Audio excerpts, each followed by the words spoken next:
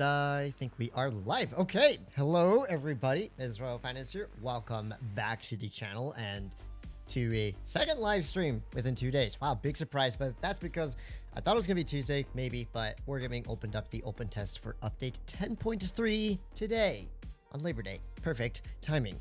So yeah, we got a lot of stuff to cover. I will not be able to cover every single tier 10 tank because I think except for one, basically every tier 10 has been rebalanced. I want to focus more on the ones with significant changes today. I will of course have to do some kind of showcase streams once the update is live because it's a test server and things are a bit wonky, but you can get a good early feel of what is to come into the game. I will have you guys in the chat decide the first tanks you are interested in seeing. Do try and keep it to the more interesting vehicles that I think are getting the bigger changes if possible, but yeah, you guys can take it away. By the way, hello to everybody in chat. Good to see you. Welcome to today's live stream. John, GV Skipperman, Lewis, Mitsuki, RE251, GV100, Curious, Ominous, a Professor A. Good to see you guys. Welcome to the stream. As always, a pleasure to have you here. So yeah, I'll let the voting commence. Please just try and pick only one tier 10 that you want to see, and if I see kind of a majority for one first, that's the one I'm going to start playing. So yeah, take it away in chat. I'll give you guys like 30 seconds or so. Well, more than 30 seconds on my end because of stream delay, but we'll let you decide. Just choose one tank at a time. And I need to see a majority. If I don't see a majority, then I'm just going to pick randomly from whatever group there is. So I got 260 VK, E6, VK72, Type, AX30B, STR VK, 260 again. So a lot of players are interested in the 260. E100, I'm very curious about. E100, I don't know, man. I don't know about E100. I see a lot of VK72. I see a whole lot of VK72. I don't know if it's a majority, but I've seen several people ask for it, different people. So let's begin with the VK72, shall we? And let me just read real quickly the changes to it. For those of you who don't have access to the update notes, you can find it in my Discord server on the Blitz News channel or on the Wargaming official server in the Coming Soon channel, if you're really interested in finding that information specifically. But, so the average damage for the VK72 is going to be 600, 500, 900 for AP, heat, and HE cells respectively. It is also going to, its HP is going to be reduced by 150 points. Reload time is reduced by 2.4 seconds. The aim time, 0.4 second reduction. Yes, nice. Improved suspension equipment is added, which is great for mobility. And let's see, camouflage net. Yeah, turret cheeks and rounded part of the hull are slightly improved as well by about, I think, 10 to 12 millimeters. So, basically, the frontal profile, your VK armor should be a lot more effective around the sides of the turret and where the hull attaches. This piece of equipment here is the improved suspension, and it makes a huge difference. As you can see, your average speed increasing, hull traverse rate goes up by 6 degrees, right? Your road and water, all of your ground resistances are improved, so it's more mobile. Its alpha's less. Its DPM is actually improved. Now, if you're running rammer, you're going to have 2,640 DPM with a 13.6 second reload. Let's see if we can get into a tier 2 matchup of open test. Now, open test has no matchmaker rules, basically. It just throws everyone in randomly. Sometimes you get even lopsided teams, but if you just want to get a feel for how the tank is going to perform. Nice! This is perfect. Desert Sands is getting reworked, so you even get a feeling for what Desert Sands is going to look like, and my gosh, it looks a whole lot different than it used to. So let's get ready to get started. I probably should turn chat off. People can be a bit diabolical. And I'm gonna go. So immediately, yep, VK's traverse speed is a whole lot better on the hull. Its acceleration should be a lot better too, mostly just to its new equipment that you should 100% equip onto this vehicle. And it looks like our CS is doing strange things. Okay, so enemy team have tanks on A, and we're versus a TVP and a T100 LT. Lovely. But yeah, man, look at this traverse speed. This is a VK72 we're talking about, plus better armor. Man, this map looks gorgeous. I kind of want to explore it. Maybe we'll have to do that some other time. T100 LT pulling up on us. We're going to put a quick shell into him there, and you can already see the gun handling on this tank is performing quite well. Now, I'm probably about to get monkey YOLO'd by a whole lot of vehicles over here, unless the CS63 wants to be a G and come in and provide me some assistance. Okay, so he's starting to pull up a little bit more. I'm going to see if I can start baiting this TVP out. We can pop the tungsten shells, high explosive. There we go. You still do a lot of HE damage with your tungsten there. And look at this TVP. He's going to struggle to pen me. He's even to some extent going to struggle at turning. Like, look at this, dude. He can't even like really pull past my vehicle here. And then I can just very easily catch up this T100 LT here. Well, kinda. He's still going to struggle to turn around to me. Yeah, I mean, come on, dude. This is a VK72 versus a T100 LT. High explosive.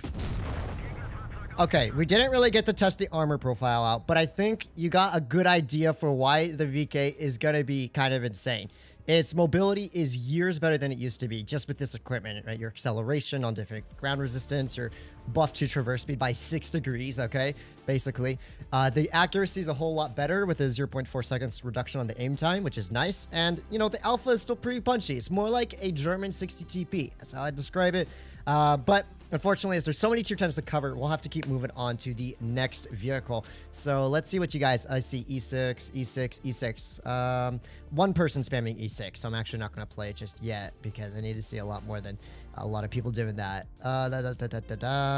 Let's see. We got E5, SDB, Type 71. I think we shall do... Let's just start with the heavies for now. I think E5 definitely needs to be talked about. So, here's what you need to know about the E5. Armor profile in the front. It was nerfed slightly on the hull. The middle section, the middle upper plate, right where it attaches here, is pennable to premium rounds more easily now than it was before. That was the only armor nerf. The turret, I think, is stronger. But I will quickly read through what the E5 is getting. I just want to cover the E5 because I think this one's one that a lot of people are really going to enjoy. Where are the American tech tree changes? I should have them all here. Okay, so turret armor, train crossing capacity, and turret traverse speed are improved. Hull armor becomes slightly weaker, as I mentioned. Reactive armor is removed. Whoever uses that anyways. Armor penetration is reduced by 4 millimeters on the standard rounds, but the reload time is decreased by an entire second. Okay, so E5 is still going to have great accuracy. It's becoming more mobile. Its DPM with rammer is now 8.4 seconds on the reload instead of 9.1. So yeah, you have a lot better DPM than you used to. I think, unfortunately, as it's a 1 versus 1 matchup, it's going to be a bit of a rat fest. But hey, we can appreciate the new turret traverse speed. And look at the turret traverse speed on the E5. Now, unless you own an E5, you might not quite notice it, but it is a lot better. It is a lot better than it used to be. And the acceleration, this tank feels very fast. And all it lost was some of that middle plate armor and right on the kind of upper middle plate area. So I think that is a big dub for the E5. It's going to be a lot more valid to play nowadays compared to before. And let's see if we can go hunt down an STB1. Now, STB1, probably the most powerful of the tier 10 meds currently, and that's definitely one we will have to get around to because it's premium AP shells. It's 3,500 plus damage per minute. There's a lot going for the STB1 and definitely going to be interesting to play. Okay, so we have our STB1 here, but our turret traverse speed is fast enough, and we actually managed to avoid taking a shell from him there. However, if he wants to shoot at me, he might have to overextend a little bit here. So that STB1 does manage to hit me. E5 gun handling, however, is great, and here's where this new DPM is just going to start working wonders for my T110 E5. We already reloaded. The STB1 is still going to keep playing on this ridge. It's a bit of a rat 1v1. I wish these were 7v7 matches, but I guess we'll just have to do our thing. I am up on HP for now. So what I'm going to do is we're just going to pressure this dude with cap, basically to force him to YOLO us, because in a haul down scenario with 11 degrees of gun depression, the STB1 is absolutely going to win. So we're just going to take it nice and easy for now. Nice and easy. He can't even reset me here. I could just practically go AFK at this point. He will eventually, I'm sure, come out and play. Yeah, nice one, buddy. All right, STB, the time has come. E5 turret traverse speed is good. He managed to ricochet his first shell here. I'm going to stay up on this ridge because I don't want to get side hugged by an STB. That's a bit difficult to deal with. And we can see where he's penning me. So he penned me through the tracks there, but he should be able to pen my upper plate from this angle now with the hull nerf, or not quite. STB's getting kind of gamed on over here. Basically, yeah, E5 is going to be so much better. And this turret traverse speed means when you're gun blocking people on a face hug, you just have to pull up onto them like this and just basically wiggle the turret. It's going to be really hard to pen the cheeks on it. And you can see where he penned me there. So he penned me through the weak spot along the engine deck, I would assume, or the upper plate, but we can kill him. So STB got gamed on just a little bit. You can see he did pen a premium AP shell through the upper plate. So that is the new weak spot on the E5. But I personally think it compensates for a whole lot with its really good turret traverse speed now. Really good turret traverse speed. Still has the second best accuracy on the tier 10 heavy. And finally, it has over 2,800 damage per minute again. So E5 is in a very comfy spot right now. I would say lovely stuff. Yeah, good old T110 E5. I'm gonna see if there's any other tanks being requested here. I mostly see, okay, there are quite a few asking for the E6, so we're gonna do the E6 next. So here's what the E6 is getting, guys. You know, I might just move left to right from here on the heavies I already have equipped. But let's see, TI5 E6. Armor penetration decreased by 8 millimeters on both the AP and heat rounds. So it does get about 330 heat now, I believe. So it did get a nerf on the penetration, or maybe the heat's the same. I don't know. I think it got nerfed though. So it loses some penetration. It's going to, reload time is going to get reduced by 0.3 seconds, so almost 0.4 seconds. Terrain crossing capacity is improved, and combat stabilization is added. If you don't know what combat stabilization is, there is no equipment to show it. Basically, maybe if I go to the tech tree, and then I click on it. There we go. Combat stabilization. This is what the E6 will have now. So if you're moving less than 15 kilometers an hour, your dispersion is just going to be massively improved. So that's always great. E6 gets a little faster. E6 gets a little more DPM. If you're running rammer, you're going to have 3,300 DPM at 7.2 second reload, but the penetration numbers are a little lower. Let's see if we can get into a game. There's two tier 10s in queue. Maybe if we're lucky. Maybe if we're lucky. I'll keep seeing what else you guys are interested in. But yeah, E6 is going to be killer. As always, now when you're moving slowly, your dispersion is going to be a whole lot better. You're a little faster than you were before. Your DPM is a little bit better than it was before. And the only loss that you took really was just a little bit to the penetration, which is, you can work around that. This should make Bobby tank. I agree. Hello, Mr. Fan, greetings from Denmark. Hey, welcome to the stream. I'm sure it's getting pretty late where you are. All right, so, oh my gosh, Vineyards. Are they adding it back? Are they finally adding it back, man? I have missed this map. I actually hated this map, but I loved it at the same time. All right, so let's see. E6. I don't know where I want to play in Vineyards. It's been a very long time. It's just me and a CS63, which I guess we'll have to try out as well, because that vehicle is going to be released next update. But from what I've seen from the CS63, I don't think it's going to be very competitive with the new tier 10 meds. But yeah, so E6 mobility, it's a little faster, but it's not going to be something you really notice all too much. Why are you driving into me, dude? I'm more interested to see how the gun performs. The 7.2 second reload's very nice, though. That's very, very nice if you're running rammer on this tank, which I think you can kind of get away with. 330 heat is still quite usable. We have a wild 215B here. Let's put a quick shell into him. This would be a good opportunity to see the 215B's armor profile, but there is a Bosch Chatillon on my right, so we'll have to watch out for him. Bad Chat's about to pull forward. Put a quick shell into him. Good stuff. You can see at slow speeds that dispersion is just not increasing at all, right? You can see it's staying nice and accurate. Like right there, that's where the combat stabilization mechanism is really going to help you out on this tank for stuff like that. We got a 4-2-2 pushing in here as well. I think I'm just going to have to go for the Bosch Chatillon, or nope, actually the Bosch Chatillon might pull out for me here. Bad Chat's another tank we'll have to try out. It did get some pretty nice buffs. There we go. We are still holding, for the moment, we're holding okay for now.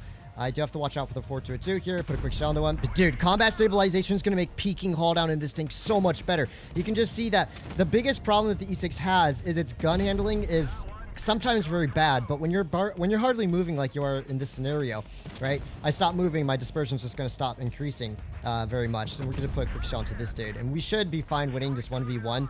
215B has about the same DPM as me nowadays, but I mean 215B doesn't have the gun depression. It doesn't have the armor profile or the mobility that this tank has, which is so much better. I'm gonna get ready to pick up a kill on this 4-2-2, and gun just feels great. E6 gun feels so much better. This tank is gonna be one of the most powerful medium heavies that you could have in the game right now, in my opinion. It has DPM, it has a somewhat usable armor profile, and it has good mobility and good gun depression. And now it has good, like, look at this dispersion. It's just not getting bigger. Okay, maybe I should pay attention to what I'm doing. Also, look at the 215B armor profile. 330 heat. This is 330 heat versus 215B armor. Basically, 215B's armor got absolutely violated by Wargaming to give it a 2 km/h top speed buff. Terrible, terrible change to 215B. I would just say don't play that tank anymore. You can't even hold on in it. 330 heat butters the turret. I'm sure lower heat penetration butters the turret as well. That's the E6 for you.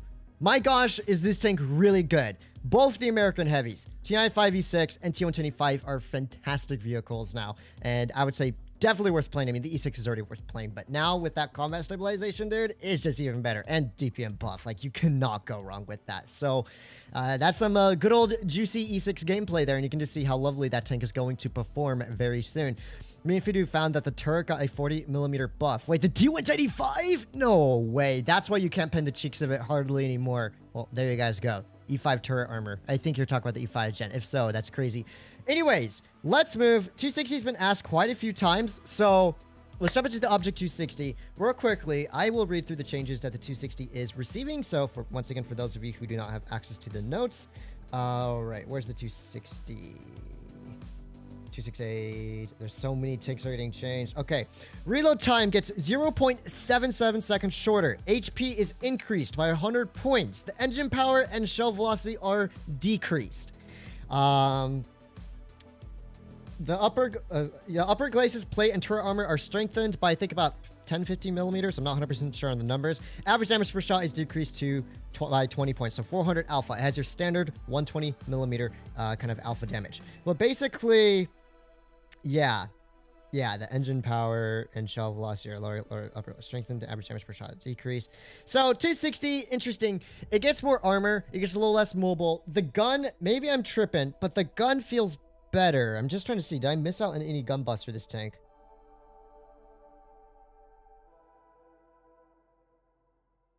So turret side armor on the cheeks of the turret, and the upper, glacis, and the upper glacis plate is strengthened. The average damage per shot decreased. It doesn't say anything about the gun handling on the Object 260, but I think it feels pretty good. And luckily for us, we have a Professor A on the enemy team and a 260 as well, so we can kind of test the armor against him. I am running rammer, so with no, actually this is with calibrated shells.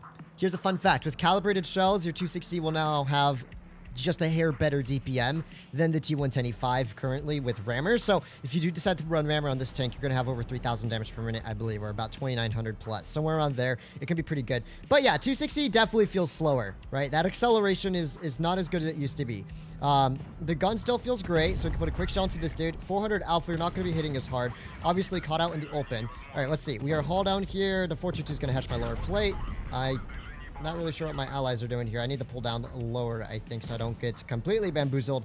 But it feels like your typical kind of 260 experience. It still has a massive lower plate. This is kind of a more gun depression-y map here, so might not be the best for me, but I'm going to see if I can do my best to hold this corner for now. Our Vickers Light is kind of being problematic here, though. He's not really helping out at all. I'm going to try and angle in a little bit. Another shell to this dude. The DPM does feel nice. That pretty short reload that this tank has now does feel a whole lot better.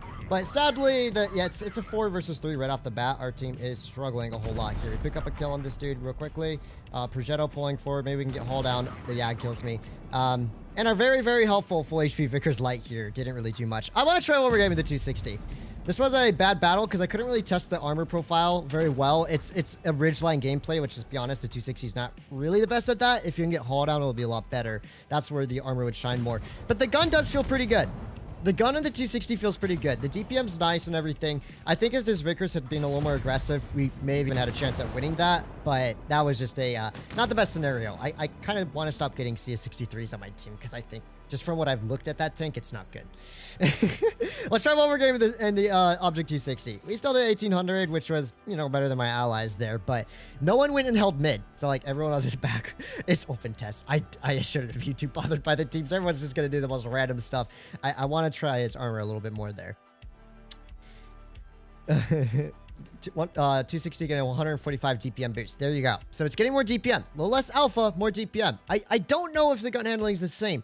Maybe it's placebo, but I feel that the gun dispersion's better than it was. All right. Fat one next. Maybe because the 260 got slower. It could be because it got slower, but I don't know. I don't remember its dispersion being this good on move. Like, look at that on movement dispersion. It's actually pretty darn spicy.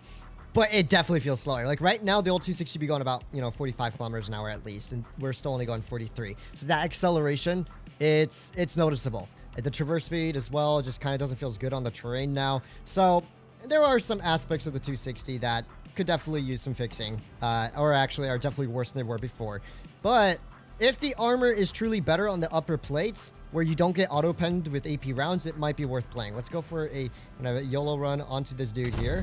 All right, he's looking at us. So let's see, let's see if he can pen us in the face hug if we face him straight on, although he's gonna be aiming down on me.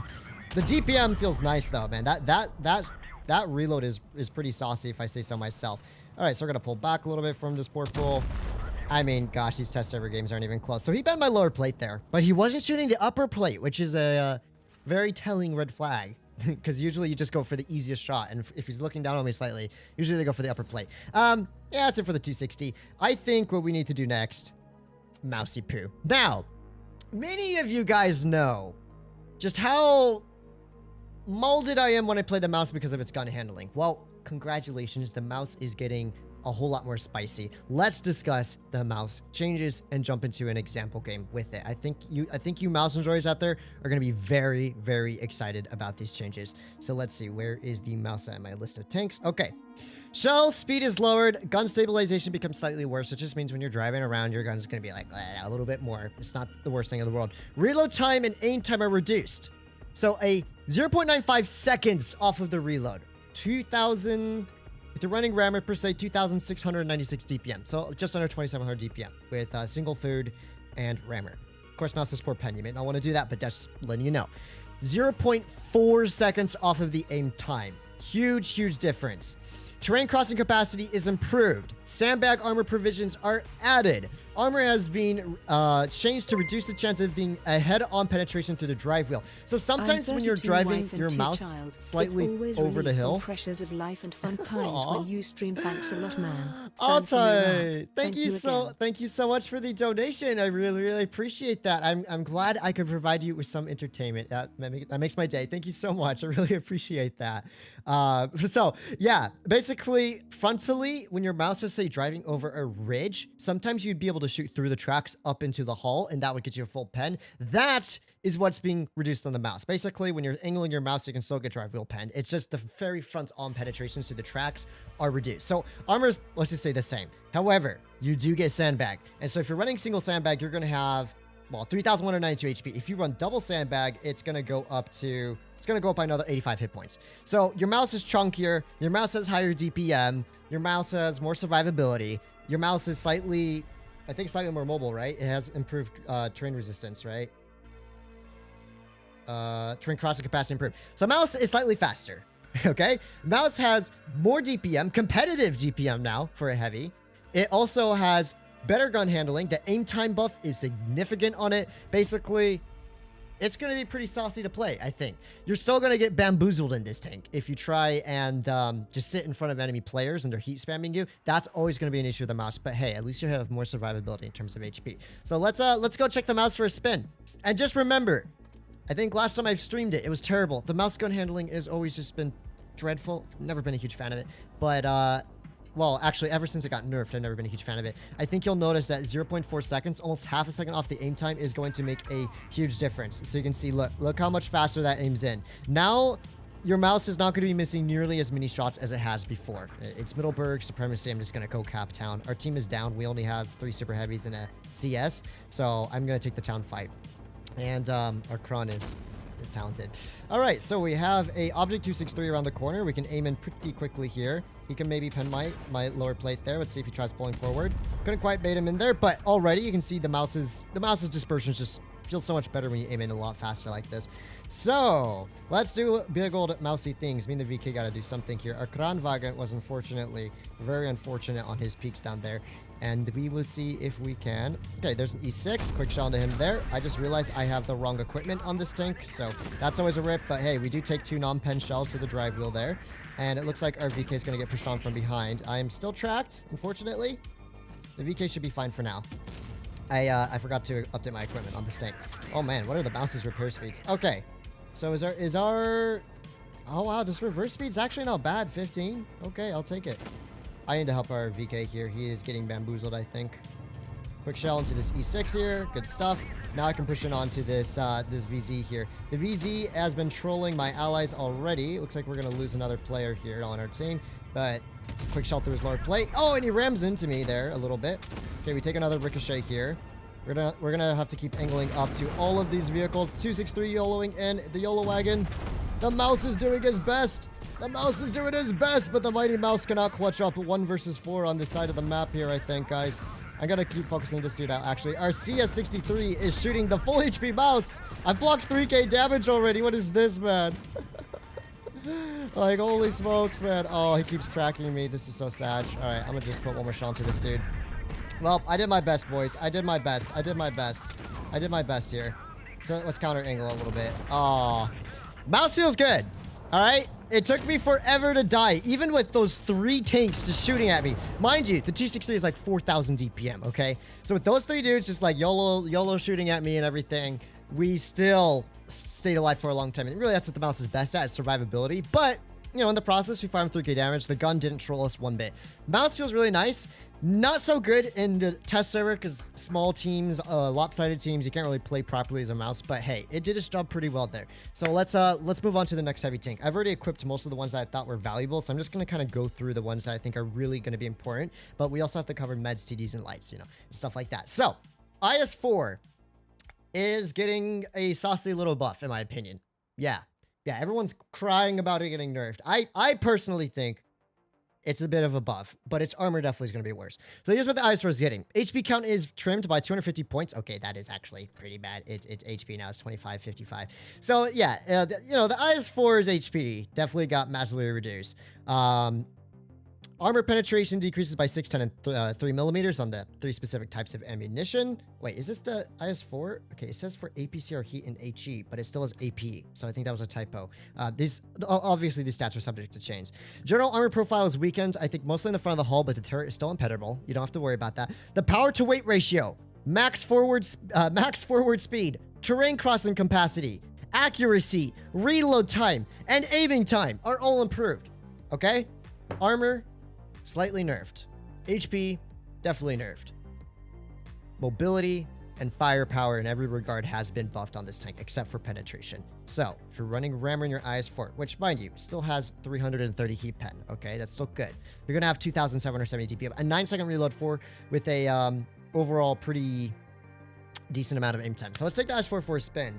This is a tank I don't usually like to play, but oh my goodness. Oh my goodness. Yeah, VK90, we will try the VK90, don't worry. That tank is insane. I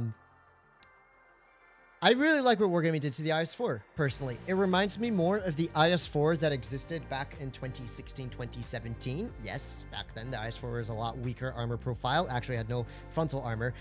It feels a lot more like that old school IS4, but turret is still practically invincible frontally. So you play it hold down, but now you have really decent DPM, almost 2800 DPM with Rammer on your IS4. And oh my gosh, the dispersion and aim time on this tank, it's really good. Oh yeah, also there is a new pinging icon. Where do you ping? Look, I can ping the map now. See? You add a little pinger right there. Ain't that cool? Look at that. So now you can like target, say enemies have like a TD for some reason up on that building. We can mark it out. So look how fast the IS4. We're going over 41 kilometers an hour. I think this tank goes 42 now. It is a nifty little tank, and its traverse speed is great. Like, dude, this mobility is fantastic. And of course, the gun handling was buffed quite a bit. Sadly, I didn't quite have a shot on that pan, but we could just YOLO in here. I think the IS4 is going to cook pretty hardcore, personally. All right, we have a pan here. Quick shell to him. Dude, this tank feels so nice. It feels so nice. It went from the very boring, generic, just super heavy, lame gun IS4 to something that actually feels good to play. I think I might, for once in my life, actually take out the IS4 to start cooking here. So here's the VK90's armor profile, by the way. Yep, that's its almost unpennable armor profile. I actually have to load up heat for its lower plate there. My team are absolutely just cooking on this side here. So let's see if we can put another shell into the VK here.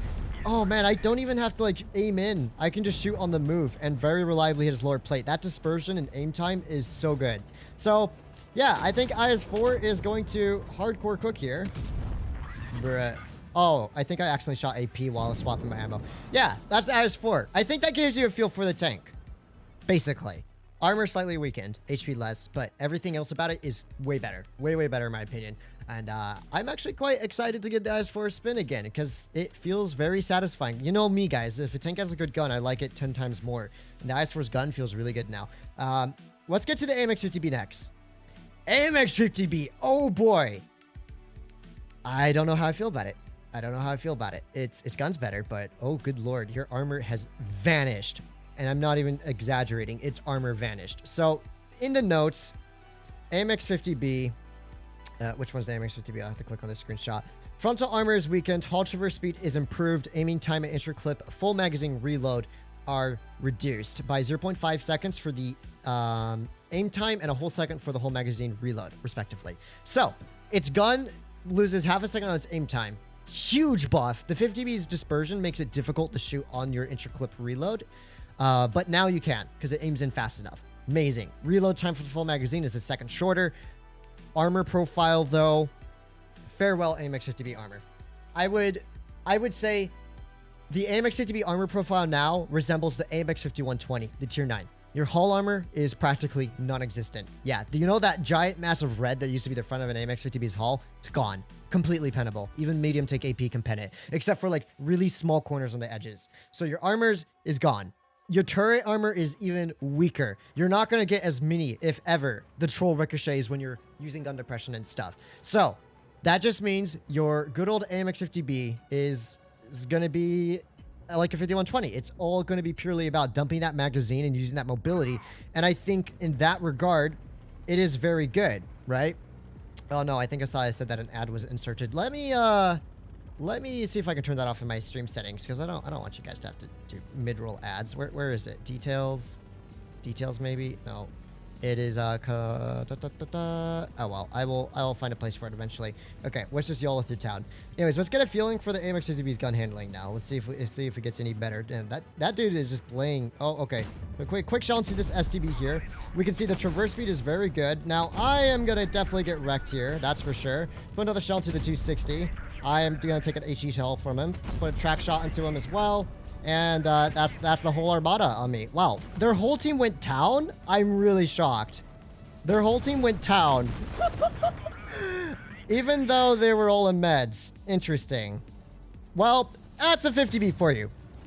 Obviously, YOLOing into 3 tier 10s is never going to go well. I really don't care, though. I pushed into their spawn expecting them to go dunes, but they all went town. It's fine.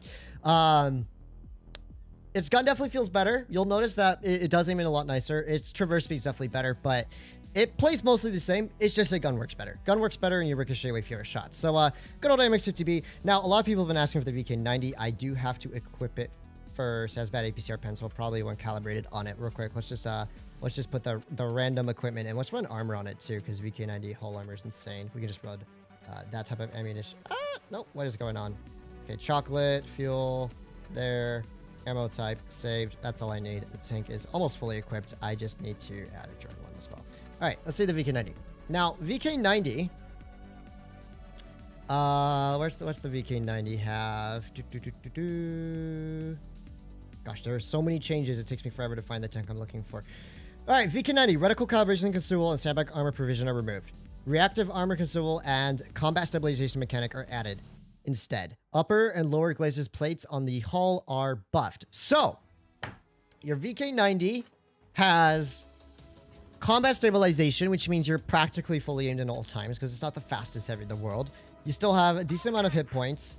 You also have way better hull armor. The upper plate and lower plate are going to be way more troll. Okay, if you want to go to town, that's fine. So let's go explode desert sands while we play then. Yeah, okay, thank you, buddy. Thank you. I appreciate it. Dude's pinging the map. I'm tired of getting CSs on my team, dude. That dig is like, I swear, every time I see a 6... What? There's a hold down ditch back here? Whoa! Look, there's a hold down ditch here, guys. Gun depression, maybe? Maybe it's not very good because of the positioning, but... Oh my gosh! It's wider! Look how much wider this entire zone is! That's crazy! Look at that! Whoa, the new map looks kind of sick. All right, dude, when you're going slow, dude, look at this dispersion. Oh yeah, look, I'm driving forward slightly. I'm turning my turret. Oh yeah, that dispersion's so bad. The enemy team are in our spawn. Okay. So VK90 still has great traverse speed.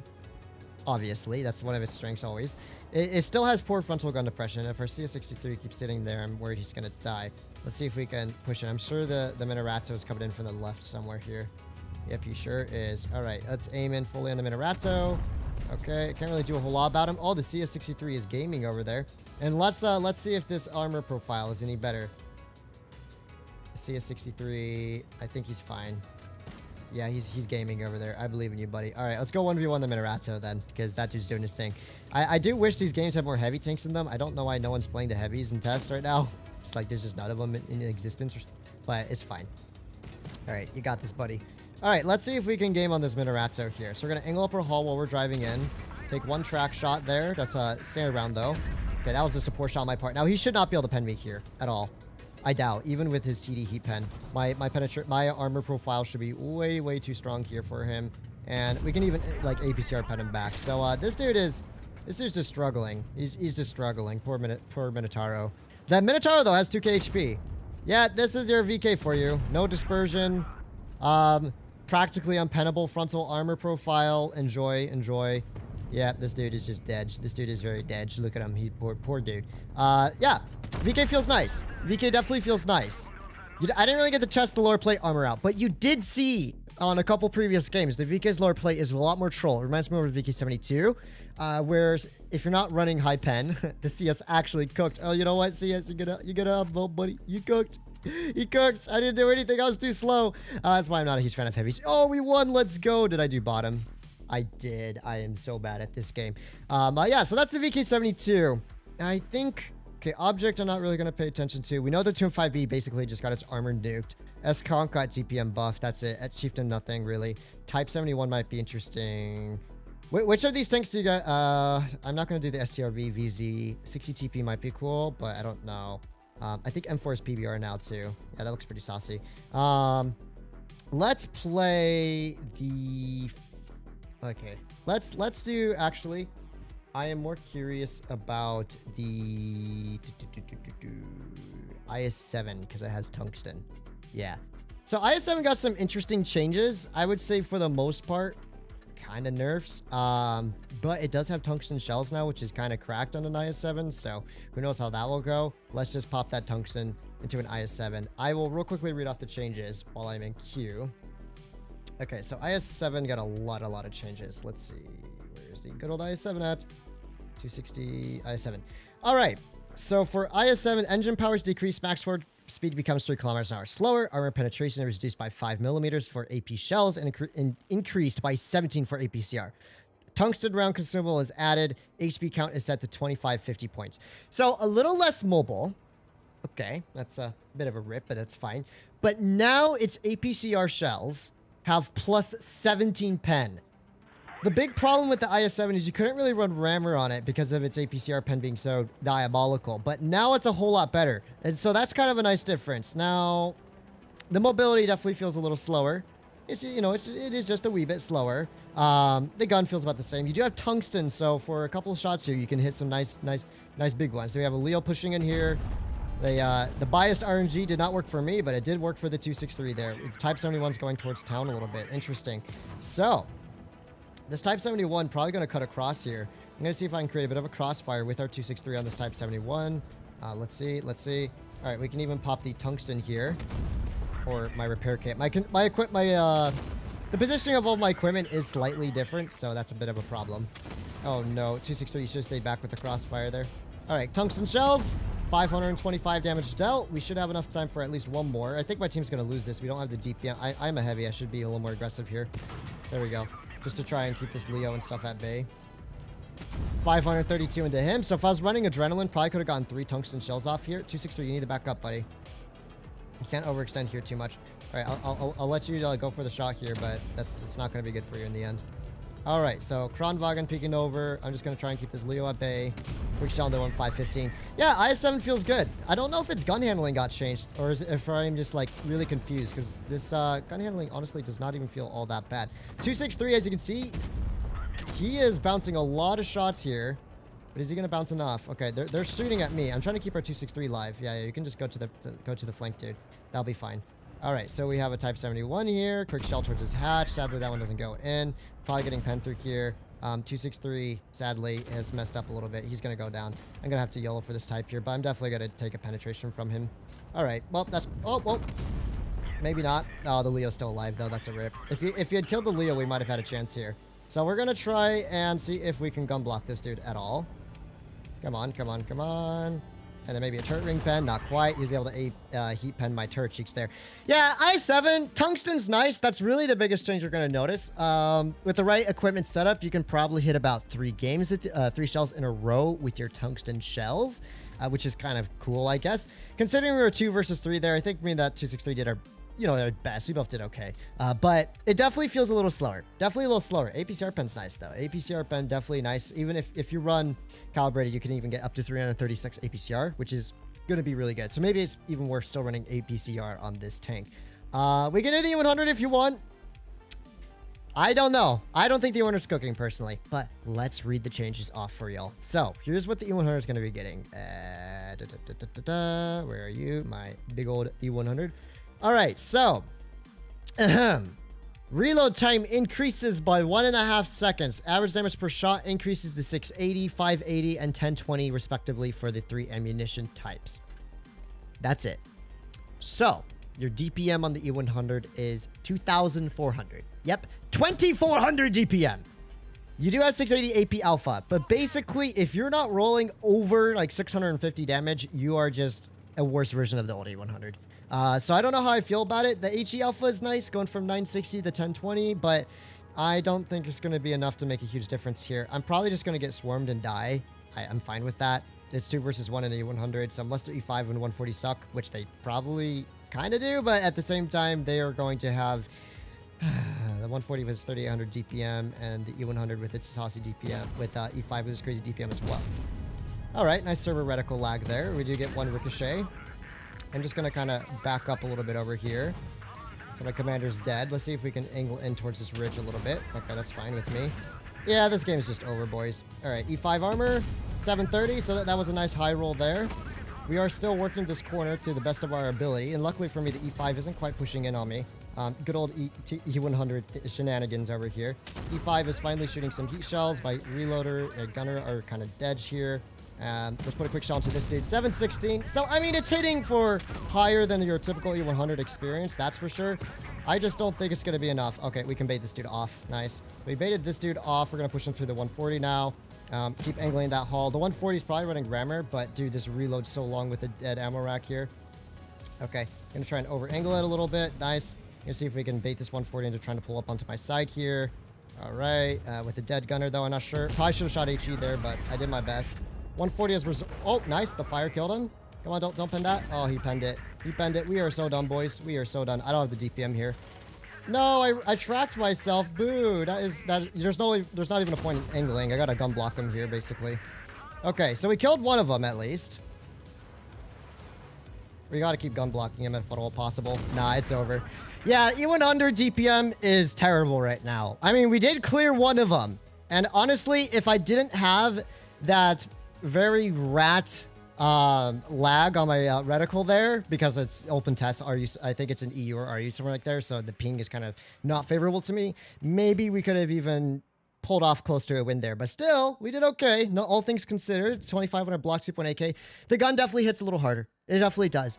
I still think the old 100 is going to be better because it just had more DPM, and you're shooting more often, but you know, 680 alpha does its job. It's not the worst case scenario in the world. I think that's it for the main heavies I want to cover. There are lots of other changes, but man, it's going to take me too long if I spend too much time. I'm going to do the most important things first, and then anything that I missed, if I have time later on, I will revisit. So let's take a peek at the meds. And oh my gosh, the meds. Okay, well, let's begin with the Leo one, shall we? Everyone's favorite. Okay, I think here's what happened to the Leo 1, guys. DPM galore, a little bit less gun depression, a little more view range.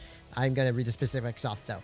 Leo 1 view range is expanded to 270 meters base, which means if you're running single food or double food here, your view range can go all the way up to 313. That's good. That's the same view range as the Sheridan has now. So you have good view range on the Leo. Its reload becomes 0.3 seconds shorter, so higher DPM. Gun depression is reduced to 8 degrees. If you're running rammer like a mad lad, your damage per minute on the Leo is 3,950. All right, 3,950 damage per minute. Let me put the proper equipment on, though. And let's take the Leo for a spin. Yeah, 263 is absolutely insane. Don't worry, we will cover all the Chad meds. I hope Port Vegas return.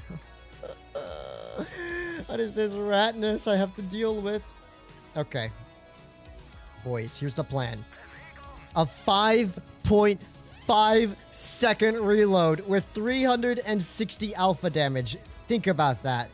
And 8 degrees of gun depression is still very good. I would have preferred 9, but you know what? 8 is still fine.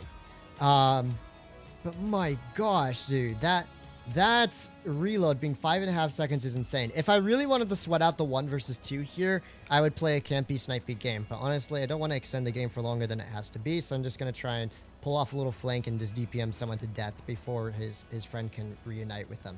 So let's see. I do get spotted from spawn, so the Hori is in spawn. Interesting to know. Progetto is over here on my right, and so let's get ready, guys. Let's get ready to show this Progetto what true DPM is like. So we've already done 390.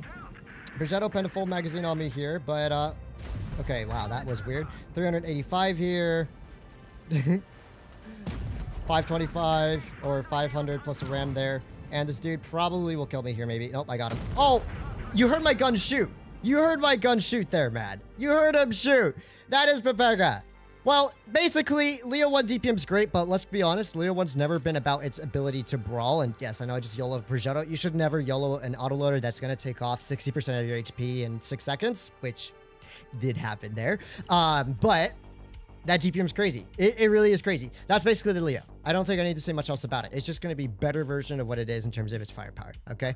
KPZ, I'm not going to cover. All it got was tungsten shells, which means it kind of rolls like around 370 per shot when it's active. Its DPM is crazy when it has it activated. That's about it. 140, though. Let's discuss the 140. I know I'm moving through this quick, but man, there are so many things to go through. I just can't linger on ones that I think didn't get changed enough or unique enough in terms of their changes. But we will cover them eventually on the channel. So for Object 140, engine power and turret traverse speed are increased. Gun dispersion is improved. Reload time will be decreased by 0.53 seconds. Average damage per shot is reduced by 10 points, so 300 alpha. And the view range is extended by 5 meters. Frontal turret armor, gun melee, upper glaciers play are weakened. 140's armor is already kind of just trash nowadays. Like, who plays the 140 for the armor anymore? I don't think anyone does, but here's what you need to look at. Oh, the 3,800 damage per minute on the 140 now. It went from 3,550 DPM to 3,800. 4.72 second reload, 300 alpha damage. It's more accurate. It's more mobile. Its view range is now 307 meters, so it has just a little bit less than the Leo, but that's still really good view range on a tier 10 medium tank. So let's see if we give the Leo some justice here. 140's kind of cooking, yes. Don't worry, STB and 30B will be covered very soon. Those are two I'm also super excited for.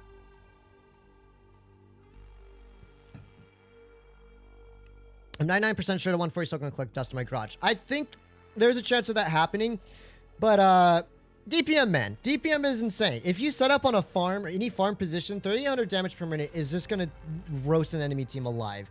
And so, once again, we're at a pretty significant disadvantage here. I wish the matchmaker would actually be friendly to me for once so I could play a game where it's not kind of rat, where you're just getting swarmed in a disadvantage. But let's see if we can do something about it for this game.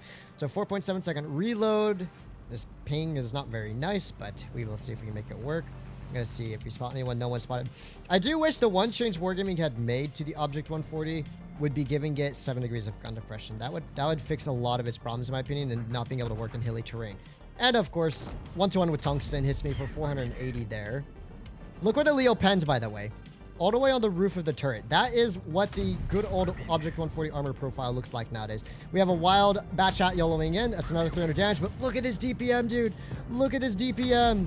Look at the DPM cook. All right, we're going to focus this dude now. I'm definitely dead to this 1-2-1 here. I'm doubting ricocheting much here, but the DPM's still cooking, absolutely.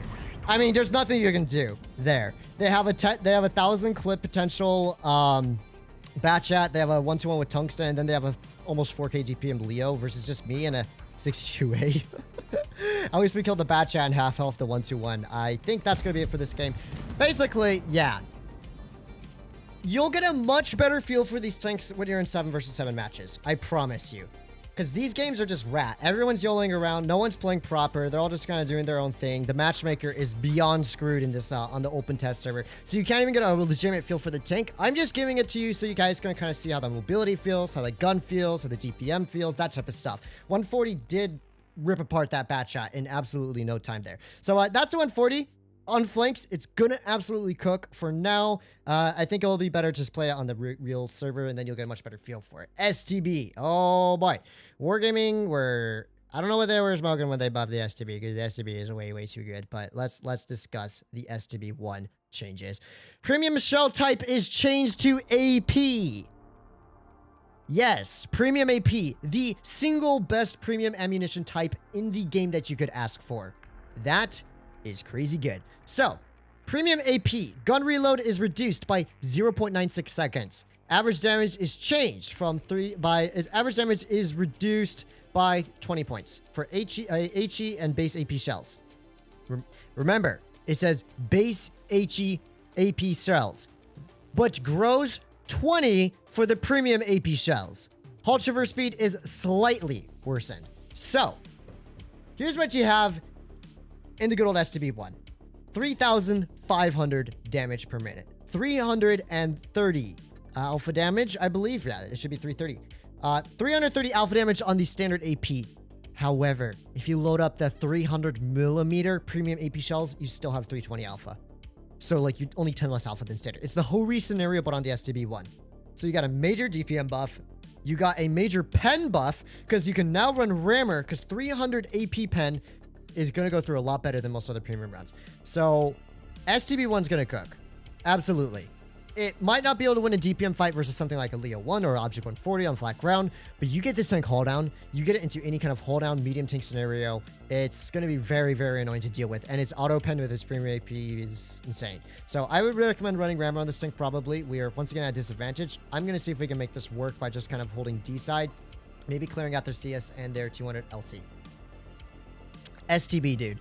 STB is insane. I don't know what Wargaming was thinking. You can only spam, yeah, just spam premium AP, quite literally. Oh, I forgot the equipment on it. Yes, buddy. Yes, buddy. Let's go right about there. Dude, this is so cool. The ping mechanism. That is so cool. Yes, sir. All right, let's see what 11 degrees of gun depression, 3,500 damage per minute, premium AP can do to the enemy team if they do head on over towards the side of the map. Let's make a blind shot. All right, so we know where the VK72 is positioned. That's interesting. They also have a medium tank on B cap. How peculiar is that? I'm going to yoink past before the VK can spot me up here. Wait, what? Ain't no... There's no way he was just pre-aiming that. That is complete garbage. I wasn't spotted at all. Okay, me and the CS gotta clear this dude out. Bro, the VK gamed on us. I was hoping his reaction time would be kind of sus over there, but that wasn't the case. So we have a CS63 over here to deal with. Now, 11 degrees of gun depression means hello, sir. So 330 damage into him. The reload is very short. The nice thing about fast reloading guns is you can perma-track tanks a lot easier. And if you're low HP kill shots are a lot more kind of chill. So we have someone also capping C. I assume that's going to be the medium tank who's playing a complete cap battle here. We have a wild VK pulling up, and let's load up the premium AP here. Quick shot into him there. Bro, this VK's RNG, he actually hits that. Okay, Progetto, you gotta kill the CS on her right here. Like, seriously, dude. You can't just let him sit there all game. You can't just let the piggy sit there all game, dude. Alright, so Progetto's going for the clear here, I think. I can start dealing with the VK. Let's see if we can aim for a track shot, maybe. There we go, tracking the VK. 330 Alpha can still get some pretty decent damage rolls here. I think our prog is about to get HE'd, maybe. I'm gonna YOLO in and help out our prog here. Hopefully the 200 LT doesn't go for me. We've got to watch out for the VK shot here. Okay, they cap D as well, so we're going to have to both pull down onto this dude. All right, buddy. Oh, no! I don't know. I'm going to die to the 200 LT anyways. Maybe if I hadn't taken the initial shot from the VK there, I got a little scammed on the pens of the turret. Oh, once again, on the public server, like, look where he hit. He hardly hit the side of the hatch there. That is doo-doo. But, STB1, like... I think it's going to be insane. Like, right now, it's really hard to tell on these test servers. Like, once again, just every single game, you're at a disadvantage. Every single game this stream, except for one, I've been at a disadvantage in terms of lineups, which kind of sus, bro. Means I can't actually play the tanks how I want to. But it's fine. Open tests, opens, once this update's live, and like sometime later this month, I'm pretty sure I will definitely do some showcases on the stronger vehicles. So, another tank that got a massive buff is the AX30B. Yes, finally the 30B has received a long-needed DPM buff. So, reload time, once again, 0.966 seconds shorter on the AMX30B. The gun dispersion aiming time are reduced. Her armor becomes weaker, and HP count is reduced to 1800 HP. So, if you are running HP, you still have 1900 hit points, just not quite as much as before. It's fine. The turret armor's weakened, but from what I've seen, the mantlet's still good. It's more like the corners. That's fine. Most people ricochet the mantlet anyways. You still keep your 350 alpha, but you become more accurate. You become way more DPM because it has 350 alpha, guys. 350, not 330. So it has a 5.9 second reload with 350 alpha. That's well over 3,500 damage per minute now on the MX-30B. And I think this tank low-key gonna cook pretty hard. Oh, nice. We have a neck and neck. We have a neck and neck battle here. Let's fall back. Wait, what are these different commands? Wait, are those different commands on PC? Because I only see... Let's fall back. I don't see the fall back command. I don't have a fallback command. Sus. Anyways, let's check out the AMX30B, dude. AMX30B, it's going to be pretty saucy in my opinion. Its gun is still... Like, it still has some dispersion, but for the most part, it does feel really nice. A lot better than it did in terms of just its ability to aim in quickly and stuff like that. T22 pushing in here. Just put a quick shell into him. 340 damage. I'm going to back up before this Caro starts clipping me out here. Okay. T22 is trying to take the corner. Same with the Caro there. They can't quite shoot me if I back up a little bit more here.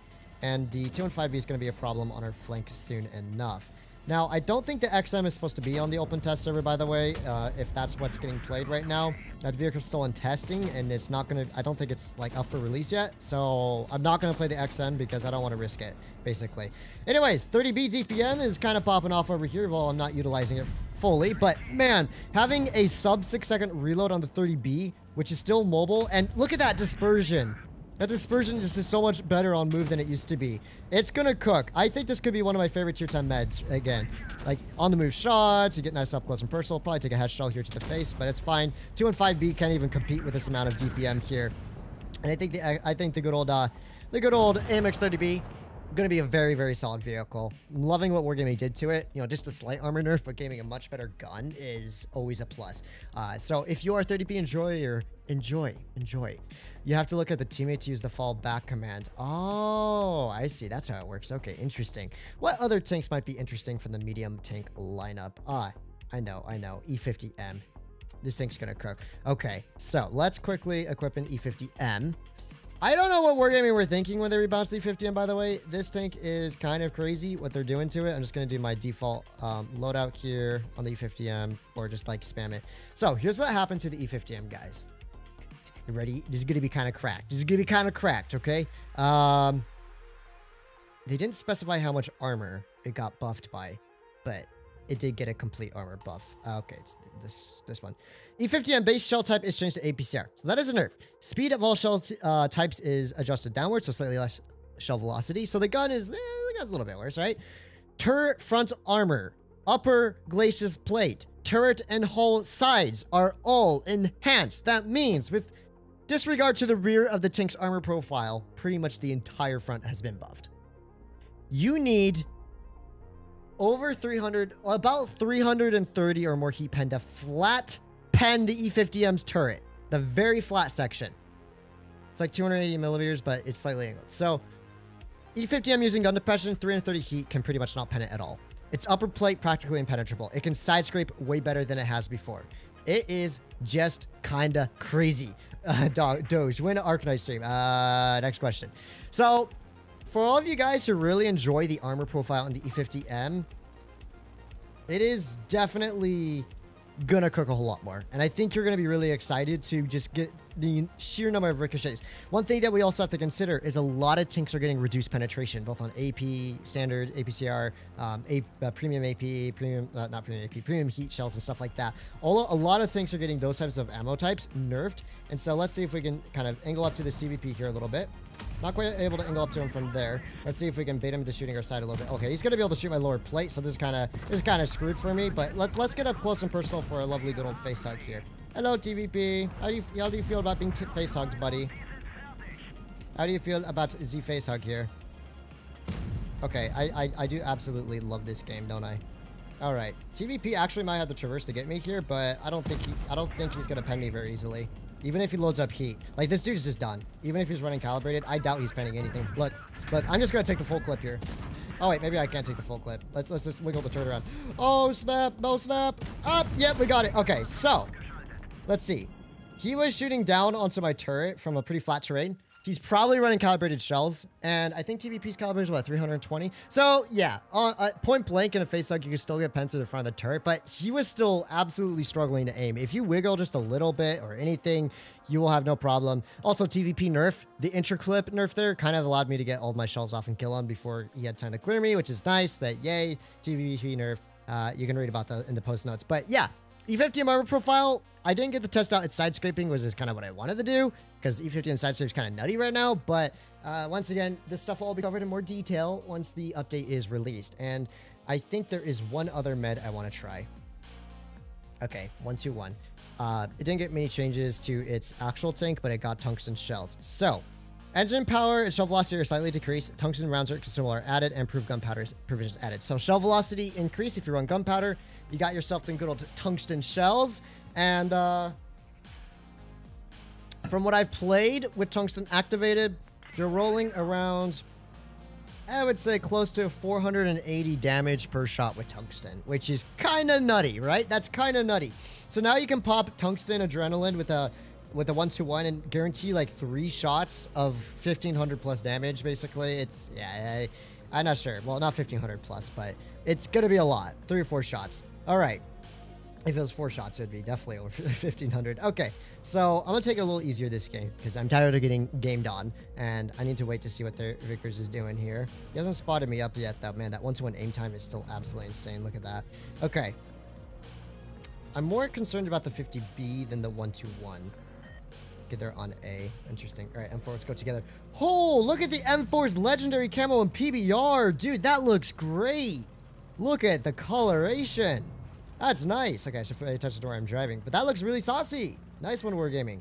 I am going to pull to the log piles because I should have a lot of cover here if they pull through. Off of A or something. Let's see. Anyone over here? Nope. Okay, there's the Vickers Light. The Vickers Light is over here. I'm not going to pop the tungsten shells just yet. I'll put a quick shell to this dude. I'm going to keep my tungsten shells for the 50B at this point.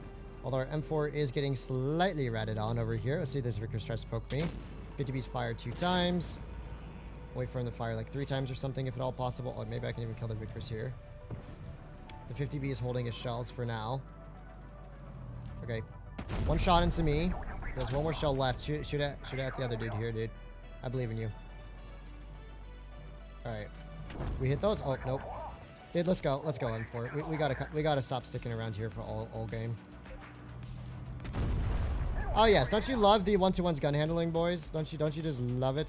All right, let's experiment with the out trading ability here. Look at that 50B armor profile. So 470 into him for the first shell there. I have 21 seconds of tungsten here. I'm getting blocked by my ally, but another 482 damage into him. He's gonna die before I can hit him again. Oh, he low rolled him there. Basically, yeah. Did you see that, man? You're just getting like 470, 480, all of these crazy damage rolls. And for 20 seconds, so, you know, a good 3, and if you're maybe lucky, up to 4 shells in one go if you activate it right before you fire. So, yeah, 1-2-1 is going to do a boatload of damage with its tungsten. You don't notice the mobility nerf. You don't notice the shell velocity nerf. It's very, very minor, I think, and so it feels pretty good as is. But, my gosh, does that gun feel pretty crazy. I think that's going to be it for the meds. I think just on principle, because it's a tank that hasn't been tried out yet, I am going to take the this medium tank first, spin the CS63 as it's getting released. 3100 damage per minute, and it is what it is. Let's see what else it gets. Improved gear oil. Oh. Food. Improved gear oil. And gunpowder. Let's take that combo. So it gets a lot of... So you get tungsten and reticle calibration. Why? Okay. You know, let's just give it a try, guys. Let's just give it a try. I will quickly look at the stats. For those of you who are curious, you can pause and look it over. This is what it looks like, kind of fully equipped. There you go. CS63, new tank. Let's see how it plays.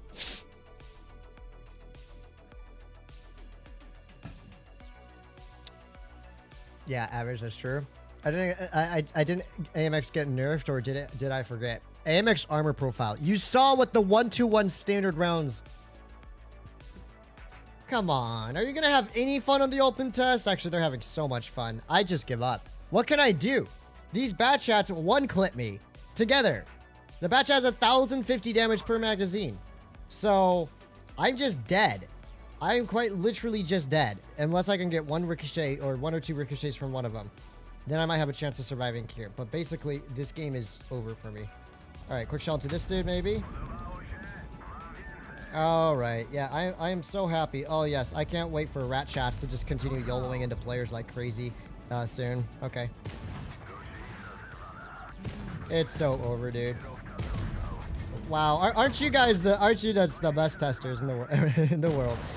Bro, what is this? Oh, guys, we gotta try hard YOLO. I hate the test server. I hate the test server so much for this reason. That's not even a good attempt. Like, what can you do? There's absolutely nothing you can do versus these sweaty 50%ers, bro.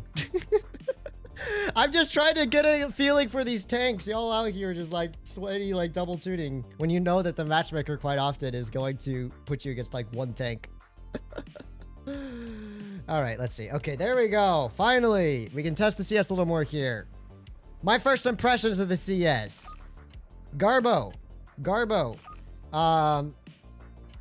At least in my opinion, it did not feel very good. Let's go over here, guys. Let's go over here. Right to the center of the map, buddy. That's so cool. It even pings it on the map for you. It's sluggish. We've seen its armor profile. It's not very good, even against standard rounds. Its gun handling feels okay, but honestly, for 330-ish or so alpha, I don't know if it's cooking hard enough, guys. I honestly don't know if this tank's cooking hard enough. Okay, so I figured they'd go right here. The reverse speed feels insane, though. I will give credit to the reverse speed. That does feel really, really good. All right, wait, where's my 1-to-1 going? 1-to-1. So reverse speed's 27? 27 reverse speed? Are you kidding me? Dude, that's insane. I probably should take DPM over accuracy on this tank, but here we go. Let's pop them tungsten shells. Quick shot to the Leo 1 here. I am getting targeted by all of these Pipegas, so let's pop that accuracy consumable. Another HE. Oh my gosh, the HE pen is diabolical too. Bro, I don't know what our 1-to-1's been chasing all game here. Oh, of course, my gunner's dead. This tank's not cutting it. This tank is absolutely not cutting it. The only thing that seems nice about it, and the only reason they targeted me there instead of 1-to-1, because it's easier to kill this tank than a 1-to-1. So, yeah, L tank. I don't like it one bit. I think, like, 100 millimeters of armor on the front. The hull has 60 on the front. Its concealment's okay. Its DPM is 3,300. STB and AX50B both have 3,500 plus damage per minute. It's 340 alpha. Sorry, 340, not 330. Penetration, 290 APCR pen. Terrible. The gun stats do look okay. 8 degrees of gun depression. Once again, it doesn't stand out. The CS, it just looks garbage. I'm sorry. Compared to the other tier 10 meds, I see no reason to play this. Absolutely no reason to even research it. Like, STB is just a better version pretty much. Or if you want a more mobile version, AX30B, literally any of the other tier 10 meds, you're going to do better. Let's real quickly dive into some light takes. Speaking of rat chat, this did got quite a few big changes. So, let's discuss the rat chat, shall we? I am going to just look at, oh my gosh, so much just changed. The view range is scaled up to 285 meters, which means it now has, wait, the 1-to-1 lost that? Dang, that Leo DPM is crazy. I cannot play on this RU server ping. So bat shots on view range is scaled to 285 millimeters. That is the highest we have ever seen in the game, period. So you have the best view range in the game. I'm going to ignore the 100 millimeter gun, although maybe we'll run it afterwards. Basically, the stop gun of the bat shot got a little bit better. Reload time reduced, and let's see. Damage per shot was 270, For the 105 millimeter gun, the top gun, armor penetration becomes 250, 235, 290, 253. So the average pen is a little bit worse. Single shot damage, though, is scaled to 350, 300, 400. Points and full clip magazine becomes 3.4 seconds longer. Basically, LTVP experience. I'm just going to yellow because, yeah, I feel bad for this poor Vickers being 1 versus 1 there, 1 versus 2. Basically, the bat shot still keeps its great mobility. It still has, like, really troll armor angles on it.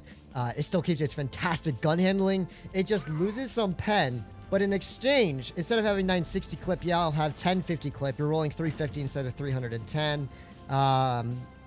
Its DPM, I think, doesn't even, like, really decrease, like, more than, like, 50 points or so, 50 to 100. It's just gonna cook. And with the consumable, you're dumping 1,000 damage out in such short periods of time, you know? And me and the Leo are both gonna hunt for the Vickers Light in opposite directions. I don't know which way he's going, but the dude's playing Ring Around the Rosies somewhere. Look how fast the Batchat is, by the way. I think in terms of power to weight, Batchat does have the best acceleration in tier 10, maybe. Let's see. Did I miss him at the mill, or was he just like all the way back in spawn or something? Something silly like that. What the heck, brother? Where are you? Oh my gosh, I forgot how fast the Batchat is, dude. Look at this thing cruise. I mean, the mobility wasn't even changed, but it is so speedy, and it's going to be so much more deadly once he took the hill after we left him. When did this dude take the hill? There's no way he got the hill before us. All right, Mr. Vickers Light. Wait, is he going to pull off the hill once I push up into him? Please do not do that, buddy. All right, we're going to activate our consumable here.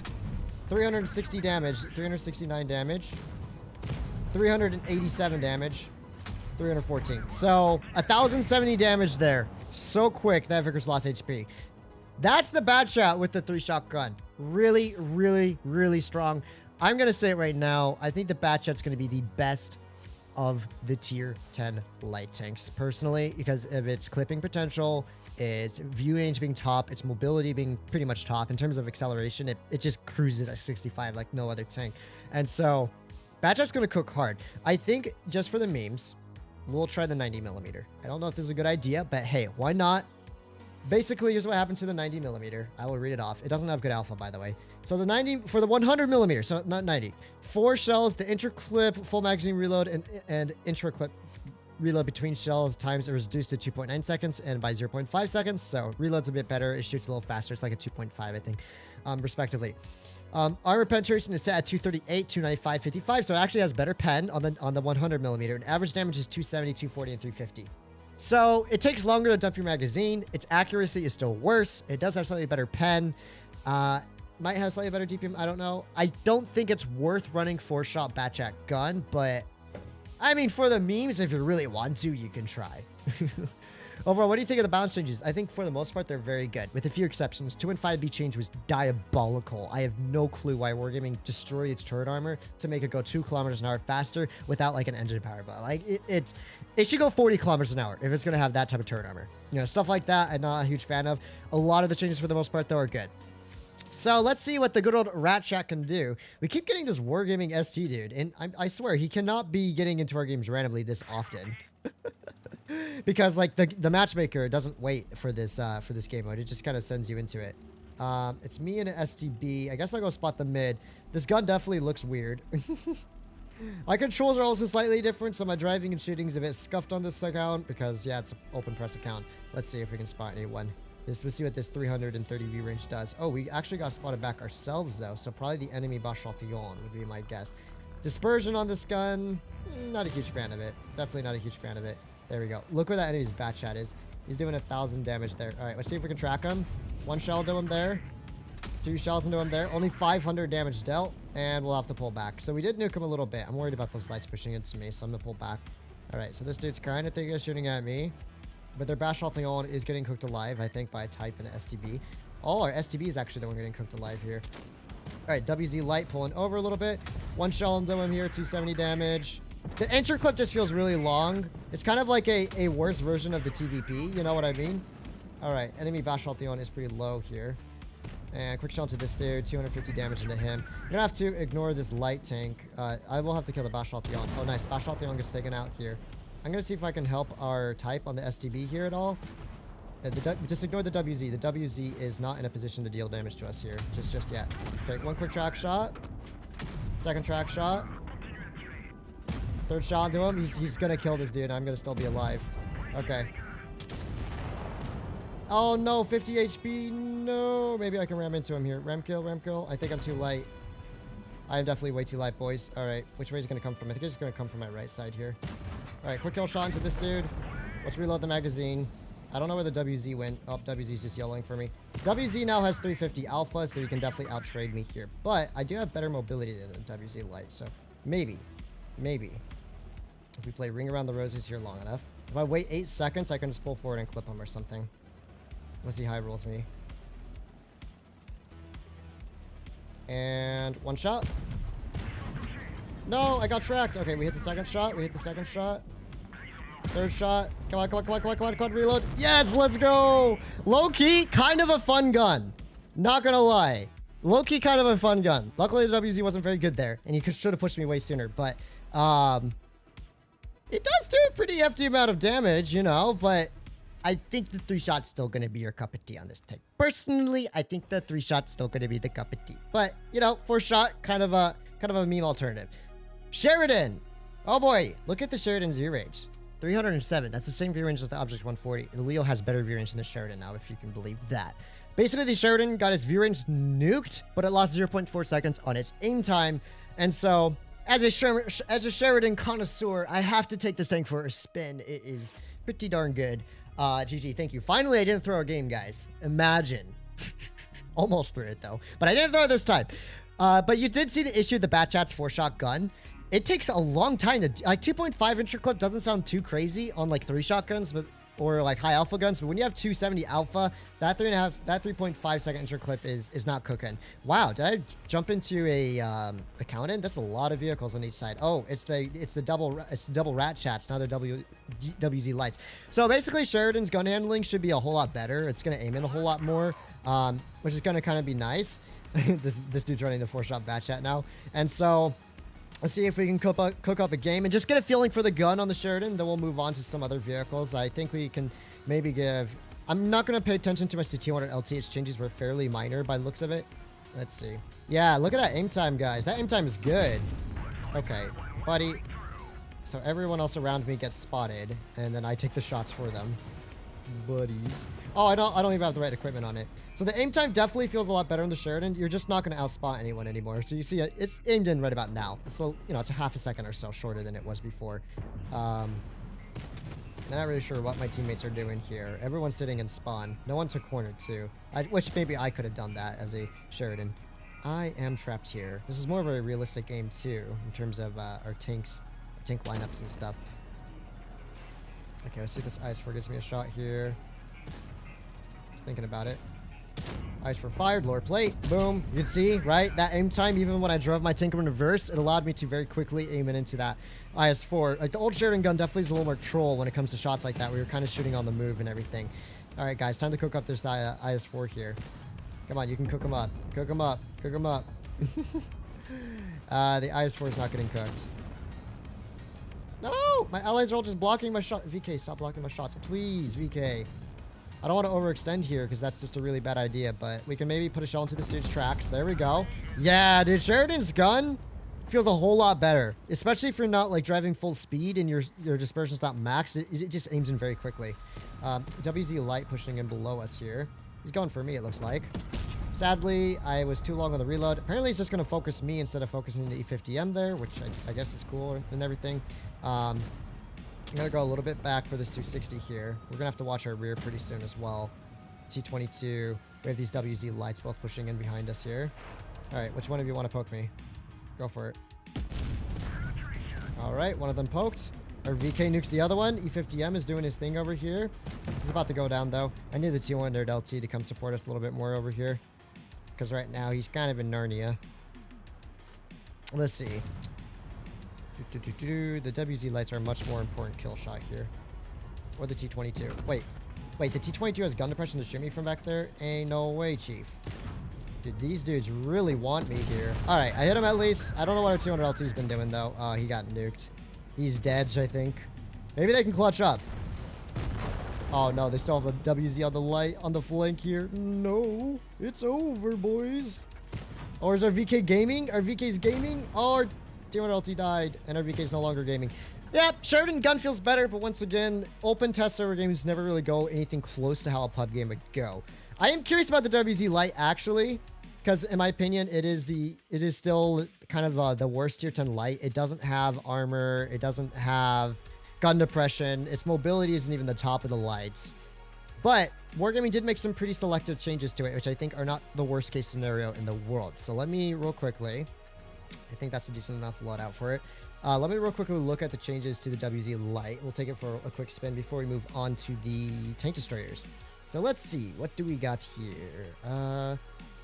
So AP standard ammo, yay! You have AP standard rounds finally. This was one of the biggest changes that Wargaming needed to make. So AP standard rounds. Armor penetration gets 7mm higher for the AP and heat shell, so just outright better AP penetration. View range is set at 270 meters. Average damage per shot increases to 30, 20, 30. So you now have a 105mm 350 alpha damage gun.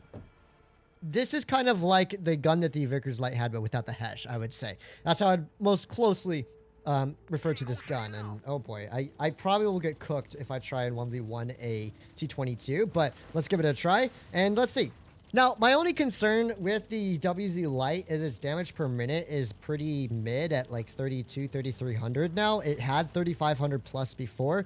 And so you're losing a lot of damage per minute. Man, look at this tank hardly even reaches 60 kilometers an hour. It's so slow for a light that has no armor. But let's see if we can do anything about this. Aim time, though. Aim time has always been great on this tank, I will admit. Okay, that was never going to hit. Enemy WZ1... Object 268 version 4 is yellowing through. I think I'm going to have to push in to provide some support here, maybe. That might be beneficial for my team. My only concern is the VK's positioning, but if this V4 keeps YOLOing in like so, we should be fine.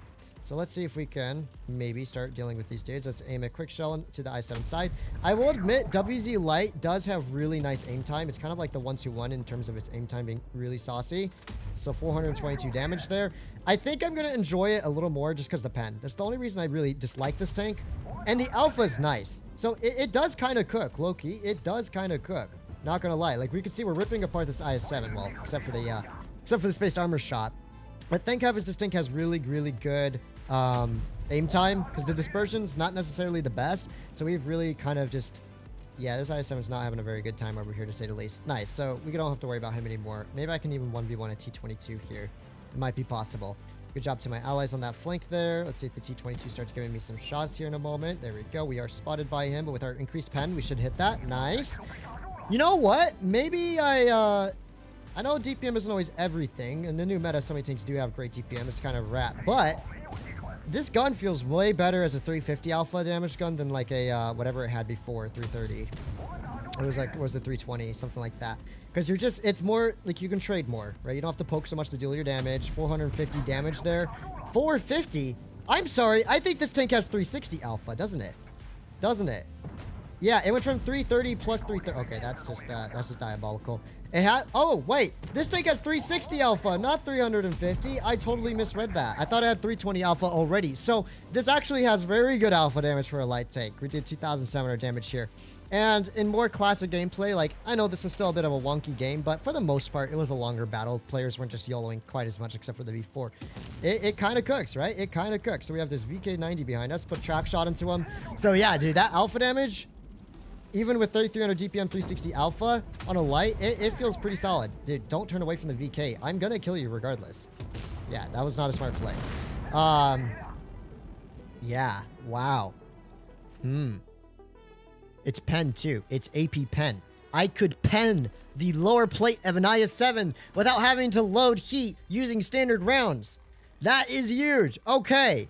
You know what? I know I was kind of dissing on this tank, but this gun feels good. Like, it actually feels really, really good.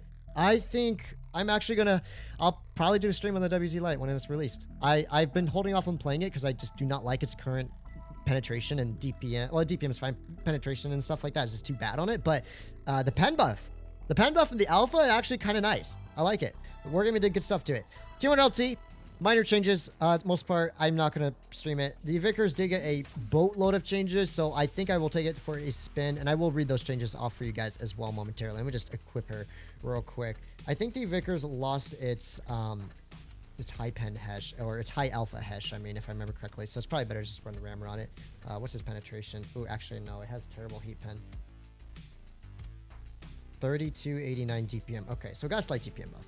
So for the Vickers Light, which is the last of the lights I'll cover for this stream at least, the reload time becomes 1.15 seconds shorter. Average damage per shot is reduced by 550, 40, and 60 points for AP heat and HE shells. Thickness of the gun manlet is reduced by about half. So your gun manlet is no longer going to be an auto ricochet. Your alpha damage is 300, 260, and 390. And your reload is 5.4 seconds with rammer. That, oh gosh, that's terrible. I'm sorry. That's terrible.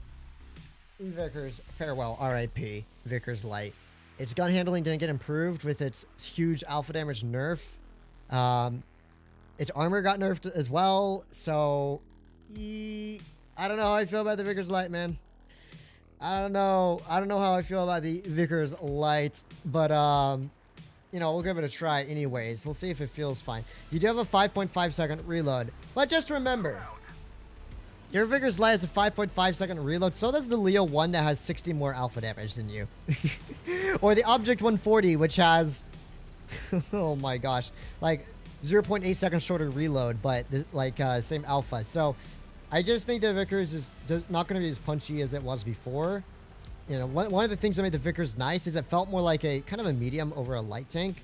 But right now, I don't think this is going to cook, personally. Look at that Batchat's view range, dude. Dude spotted up so early. I'm going to push across for these dudes because we're 2 versus 3. We should be fine. Or 3 versus 2. And one thing I forgot to mention is Batchat's all movement dispersion is not very pog, to say the least. All right, so we're going to start pushing up onto this rat chat over here. See if we can hatch him in the rear. 314. Bruh. Even though he had his shells there. Okay, you know what? It's still... Like, the reload feels nice, but dude, this alpha damage is... I don't know if this alpha damage is 8. You're going to be rolling less than 300 quite often, and that's just going to be annoying. Like, 290, 297, like, these last two shots have been in the 200s. It will still be fine. I just think versus the current version of the Vickers Light, it's overall a nerf, personally. It's still okay, but man, what made the Vickers Light so good was its 100mm 440 alpha HES shells, and now they're like 370 alpha. Yeah, so they're not really the best anymore. It'll still be okay, but I think really your more optimal lights are probably going to be your Batchat. I think the Sharon's still going to be valid, and WZ, I'm going to have to experiment more with that one before I make my mind up. All right, tank destroyer time. First, let me know if you see something that looks absolutely ridiculous while I look up this tank stat changes, because I think it lost 10 alpha and maybe gained a little mobility, but I'll have to verify. T124, max speed gets increased by 2 kilometers an hour, average damage per shot reduced by 10 points. The shell schema has switched to APCR, heat, and HE. So, premium APCR, standard APCR, and heat, that's kind of a nerf. What do you guys notice about this vehicle?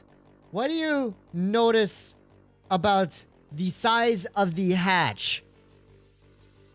The size of the hatch. Look at how tiny it is.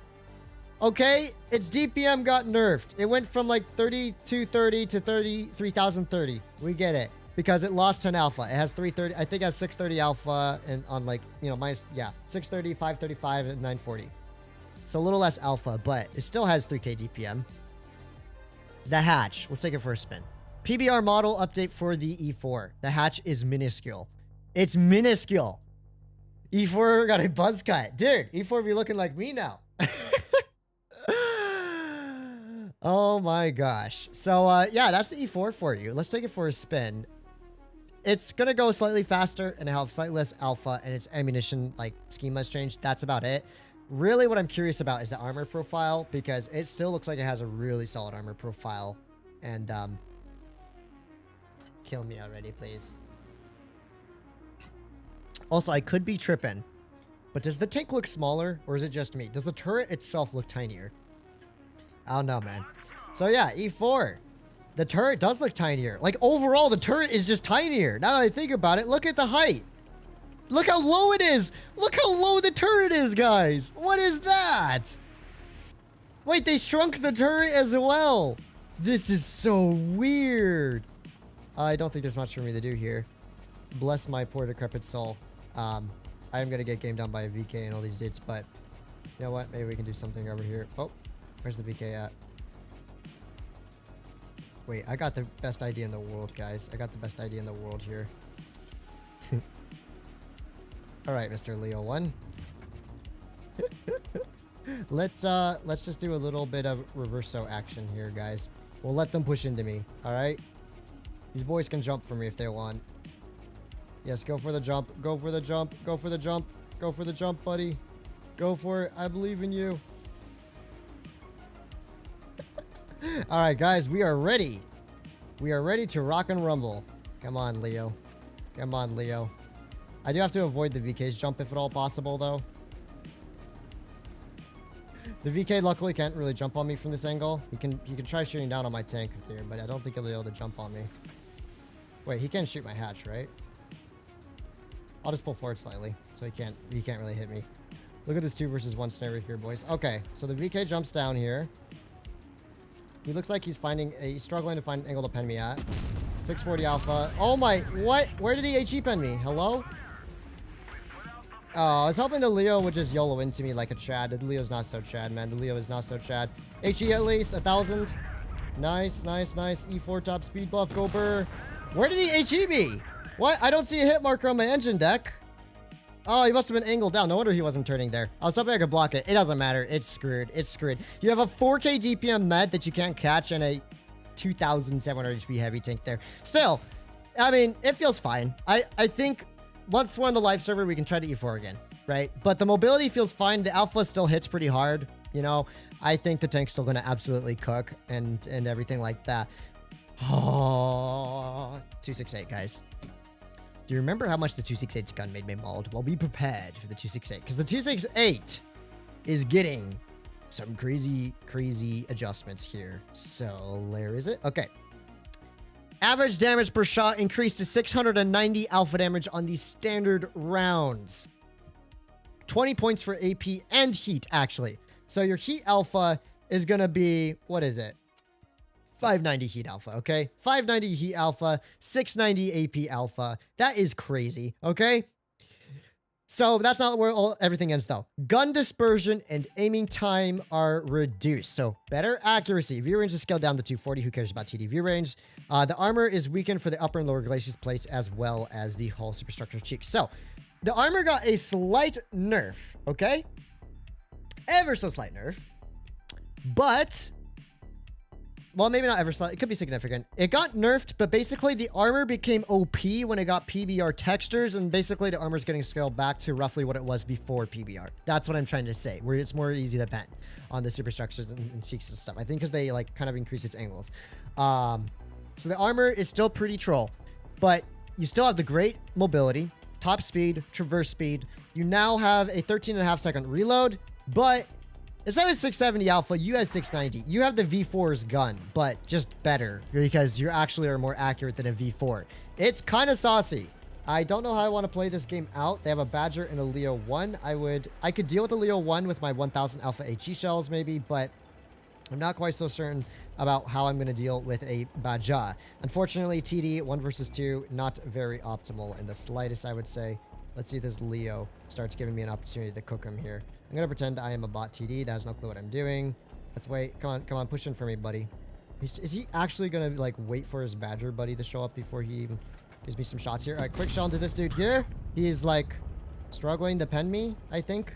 Okay, so, yeah, the Leo can now AP pen it through the front. That's fine, I guess. The dispersion, though. Feel how good the dispersion is on this tank now. All right, so we get a quick shot into this man's here. We're going to try our best to outrun the Badger if at all possible. Luckily for me, the Badger has pretty poor stats on its acceleration there. All right, Leo maybe gonna give me a shot here. Badger not quite. Okay, we're gonna have to deal with this dual battle perspective here. All right, Leo. No, he tracked me. No, I got tracked. That's not good. Please don't track me. Badger's just shooting solid HE. Leo doesn't realize my traverse is goated. Nice. We can keep backing away from this Badger. Once again, the Badger's reverse forward speed is not even as good as like the 268 accelerating going forward here. So let's try and pull back a little bit. Okay. The Badger does have really good DPM, but 670 damage into him there. I think this dude forgot to change his ammo type loadout because he's just shooting solid HE here. So we're just gonna keep running away from Mr. Badger for a little while. If I high roll just 2 shots into him here, I might have a chance at this. So let's pull back a little bit. Put 1 shell to his lower plate. 700 damage there. Let's try and not get HE'd up the rear. Oh, he's shooting AP now. No! Of course he damages my engine. That's so rats. That's so rats. No! If he didn't damage my engine, I would have been fine there. Maybe a high roll? Not quite. Okay, I'm dead. Oh, wait, I'm still alive. I'm still alive. Wait, please, please, please, please. Engine. Okay, let me control it. Almost. So, we almost got the 2 versus 1 there. And we did our job.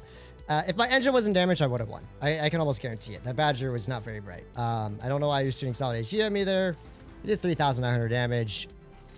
268's gonna cook, man. Its gun hits really well. Its alpha damage is fantastic. Even though I didn't really high roll any shots there, I think the tank is pretty great. Maybe the dude was just joking around and shooting HE at me for the memes. I don't know. But 3,900 damage there. Dang, he had to damage my engine. Still, 268, I'm going to say without a doubt, you saw its mobility. You see it can still get ricochets off the armor profile. Its gun is more accurate. It has 690 alpha damage now. I think it's going to be the best tier 10 TD, period. I don't think any of the tier 10 TDs can really compete with how versatile the 268 is going to be. So this is definitely a must-use tank once its update reaches. 263. Oh, boy. Next one. All right, Object 263. The view range is brought down to 240. The reload time becomes 0.29 seconds shorter. Armor gets enhanced for the hull size, engine compartment roof, and superstructure front. The type of base and premium shells is changed to APCR and heat. Respectively, the armor penetration is reduced by 15 millimeters for the former and increased by 30 millimeters for the latter. For both shells, the velocity is decreased. So, 263, cracked mobility, terrible accuracy, better DPM, better armor. It's kind of just going to be a meme machine. Running rammer, you now have 4,000, well, just under 4,000 damage per minute on a 460 alpha damage gun, right? That is insane. And also, let's not even consider its premium shell, its heat rounds, now have, what is that, 360 base pen, right? 300, that's not 360 there, buddy. That's 370 base heat pen. You can run rammer, no problem. You're still penning everything. So, here's what you need to know about the YOLO Wagon's armor profile. Engine deck is no longer an auto pen. Even 360 millimeters of heat pen cannot pen the engine deck anymore in a face hug. The superstructure can still be overmatched by really high penetration types. And the one weak spot is this flat part. You see the flat part right above the engine deck under where the gun manlet is. That flat compartment, that is always going to be a weak spot. But imagine YOLOing into someone and wiggling around and trolling them with your 4,000 damage per minute, your overall frontal armor buff. It's kind of crazy. I think this is going to be the new just kind of meme machine in tier 10. I mean, the 263 always kind of has been, but now it's like actually good at... As I say, I can't even practice my meme machine gameplay, dude. This is the worst lineup. They 2 Yags with tungsten shells that will double tap me out of existence. Bruh.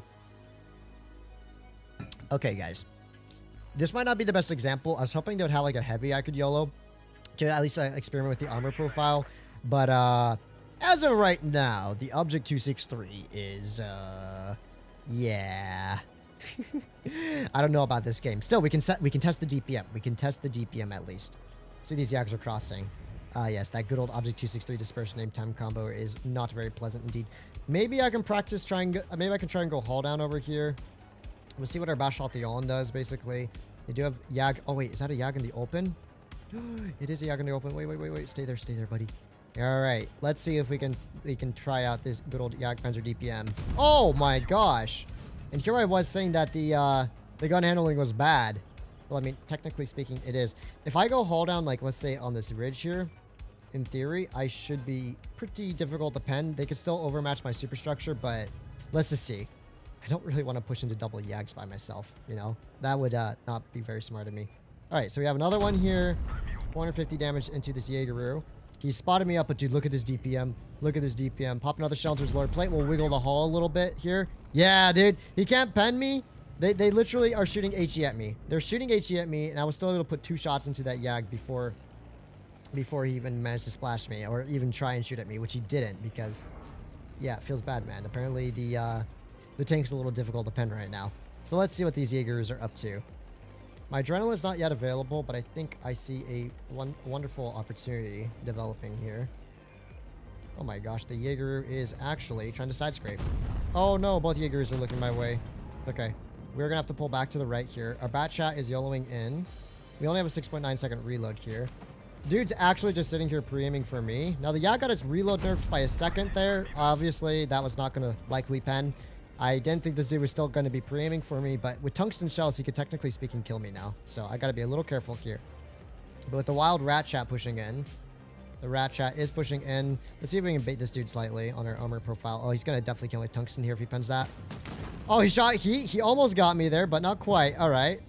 Get another shell into him here. Basically, yeah, Yag heat. You can see where they penned me. Yag heat is still going to pen through the superstructure. Let's give the 263 one more try. Let's give it one more try. I don't want a game like that where you have a bunch of just Yags sitting in a town staring at you all game. Like, you can't push Yags. They're tall. They have extremely high heat pen. They have tungsten shells for like 900 damage. Okay, this might be better. This might be better. I don't know how I feel about having to YOLO a light tank in my poor 263, but hey, let's give it a try, guys. The only problem is the bat chat has such good mobility. He's still going to be able to circle me, especially if he aims for my tracks there. I don't know how I feel about that, but hey, the new map looks pretty sick. It does look pretty sick, and 6.9 second reload on 460 alpha is insane, dude. The 263, like, you pull up on the side of a mouse, that thing is disappearing in a minute, less than a minute. Less than a minute, probably like 45 seconds. That mouse is dead. Like, could you imagine that, man? Could you imagine? The map looks pretty saucy. Wait, where'd the Bachatillon go? Oh, there's the Bachatillon. All right, time to test 263 armor profile. Hello. Well, 263 gun handling definitely not doing any favors for me here. And we are currently YOLOing after a rat chat, which is always a lot of fun, ain't it? Okay. So let's see if we can try and wiggle it up a little bit here. Quick shot to him there. The rat chat is probably going to not have gun depression to shoot me here. You can see no engine deck bends or anything. And another shot into the bat shot. We are still chilling here. We can still keep out-traversing him, maybe to some extent. Oh, wait, maybe not. We might have screwed this one over, boys, but it's fine. We got this. The bat shot now has a longer magazine reload, so we'll just do what 80 experienced tank destroyer player would do, which is to bait them into the open. The bat shot getting baited with a high explosive shell here. Getting baited by another one. Oh, the bat shot is now in a position where he can no longer deal with me, and this is exactly what we're aiming for. So let's pull back a little bit and quick shot into the bat shot. I'm not going to let the bat shot run away though. If I let him run away, he can circle around to me again. So we're going to keep the side hug here for the moment, and then we're going to wedge him out again. Oh, this tank is going to be so memes to deal with. This tank is going to be so memes. That DPM, the DPM, and the fact that you could just destroy lights like that. GG, Chess. I know who you are, so good game there. Yeah, 263 is kind of cooking, guys. It's kind of cooking. I might actually like this tank for once, just because of how memes it's going to be. I don't think it's going to be the best tier 10 TD, but the armor's so dumb now on it frontally. Like, anything that has the lower heat pen or anything is just going to struggle for days. All right, everyone's favorite tank, the Death Star. Really, really weird changes for the Death Star. I don't know how I feel about it, but overall, I think it's going to be a little better. So, let's go find the Death Star notes. Okay, here they are.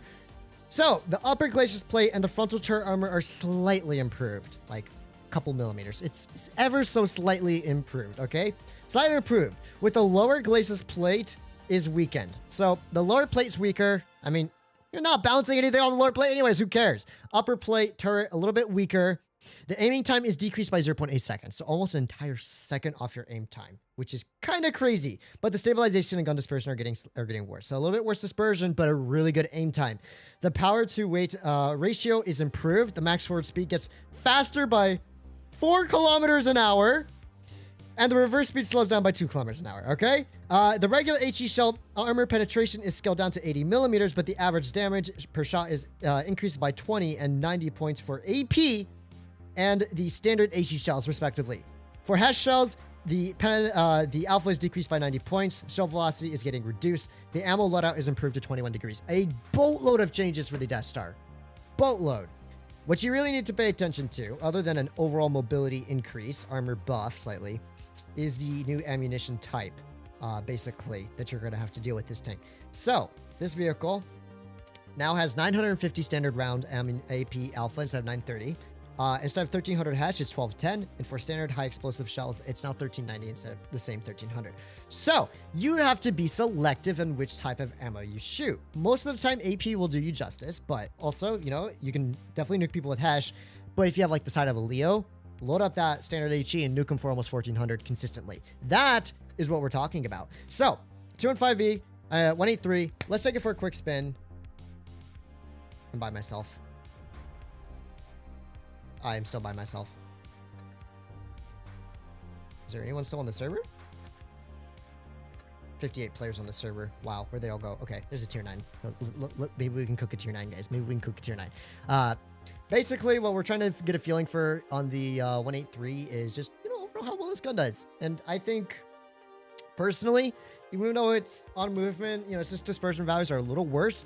That aim time is so much faster than it was before that it's pretty saucy. That's what we're talking about, right? It's going to hit a lot more shots when you just give yourself a moment to aim it. And that's going to be nice, I think, for a lot of 183 players, especially with that heightened AP. The 1v1 of the century. The 1v1 of the century. Let's go. So you can see 183, it did get, you know, it does feel a little faster. Like its acceleration. Actually, maybe its acceleration was adjusted, but instead of going, I think, 30, it now goes 32, right? So it goes a little bit faster, even going up to 40 down a hill. Like, what is the 183's top speed? Now I think about it. Is it 30 or 36? Maybe it's 36. It might be 36 instead of 34. Oops, I think I made a mistake there. Yeah, but it definitely feels more mobile, right? This is a lot faster than how it typically is. And you can see the dispersion maybe a little worse, but once you pause the aim in, look at that. Look at that. And you're aimed in. It's so much faster. I don't know. I think the 183, well, it's still going to suck just because of how the tank is. Low-key going to kind of just be a meme machine for a lot of reasons. So, we have an enemy 183 to try and attempt to cook here. Let's see if we can use these as soft cover. I don't know if he's in this bush at all. I am not yet spotted. Their 183 is playing a very interesting game here. All right, so let's see if we can hesh under his turret here. So we do get a hesh shell into him. Pop that adrenaline. We should be sat here. Unless he high rolls me here. This reverse speed though definitely is a little bit worse, definitely. And if he's running rammer, I'm gonna be absolutely molded. We shot at the same time, but activated my adrenaline sooner than him. So let's see what we can do about it. Yep, there we go. Yeah, 183 gun, man. I don't know how I feel. It feels a lot better. Feels a lot better. Hammer victory over Starburst. Let's go. Do you want to try one more time? Maybe. Yeah, maybe one more try. Come on. I want a game where I can just like really experiment around with the gun handling a little bit more. That game wasn't quite cutting it. So let's hope we can get into a battle, not by ourselves, because then I'll be capping out for like 5 minutes, and that's just never fun. So let's see how it goes. First made it seem like where you ruined all the tanks. They are basically the same. Not necessarily the same. In my opinion, here's how it goes. Right now in the current meta, there's about 17 tier 10 tanks that are like very good to play. After this update,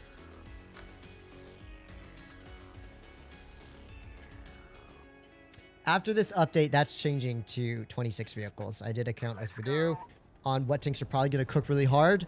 Yeah. Basically, we are mad at ourselves. So guys, how do you like the new 183? Yeah, I think the 183 upgrade is fantastic. Yeah, I think it's simply great. Maybe this will get closer to the engine deck. Yeah, I think this is the spot, boys, right over the engine deck. There we go. Let's try here. Let's try it there. Yeah, I'm just absolutely loving my time in the 183 right now. This is fantastic.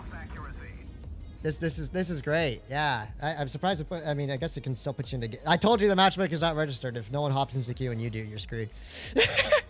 I know I'm not too crazy about playing tier 9 now, right? Tier 9's kind of suffering a little bit right now. I'm shooting standard HE, so I splash myself for a whole lot more damage right now. As you can see, this is a fantastic experience. I'm having the time of my life right now. Hi, how's it going, guys? How you doing? Let's reach that 200 like mark while we're out here killing ourselves in the 183. May as well, right? May as well. I only have standard hash now. I'm assuming the splash radius is bigger on the normal HE shells because of higher alpha. So that's why I was shooting those at the wall. So, yeah, 1v1 yourself. Dude, I am winning the 1v1. Look, I'm killing... Gosh, this sounds wrong. I am killing my vehicle with great precision here. Yeah, the standard hash doesn't do as much splash. You notice that? That was way less damage than your, your regular HE shells. The hash does a lot less splash. So, if you're going to splash someone, by the way, in the 183, load up a standard HE shell. Load up a standard HE shell. It'll go a lot better. Pogger's 183 gameplay. I am so excited, man. I am just so excited. Oh, fantastic. Wait, so when you beat yourself, do you win or lose? Both. Finance, you literally look like a falling in reverse. Look like a falling in reverse vocalist. I'm not actually quite sure who that is. Well, great. Okay, guys. You know what's good? You know what we gotta try? Grill garbage. Don't play it. 268 version 4. 4005. Badger gets hash, but Ho-Reed looks terrible. His traverse speed was just destroyed.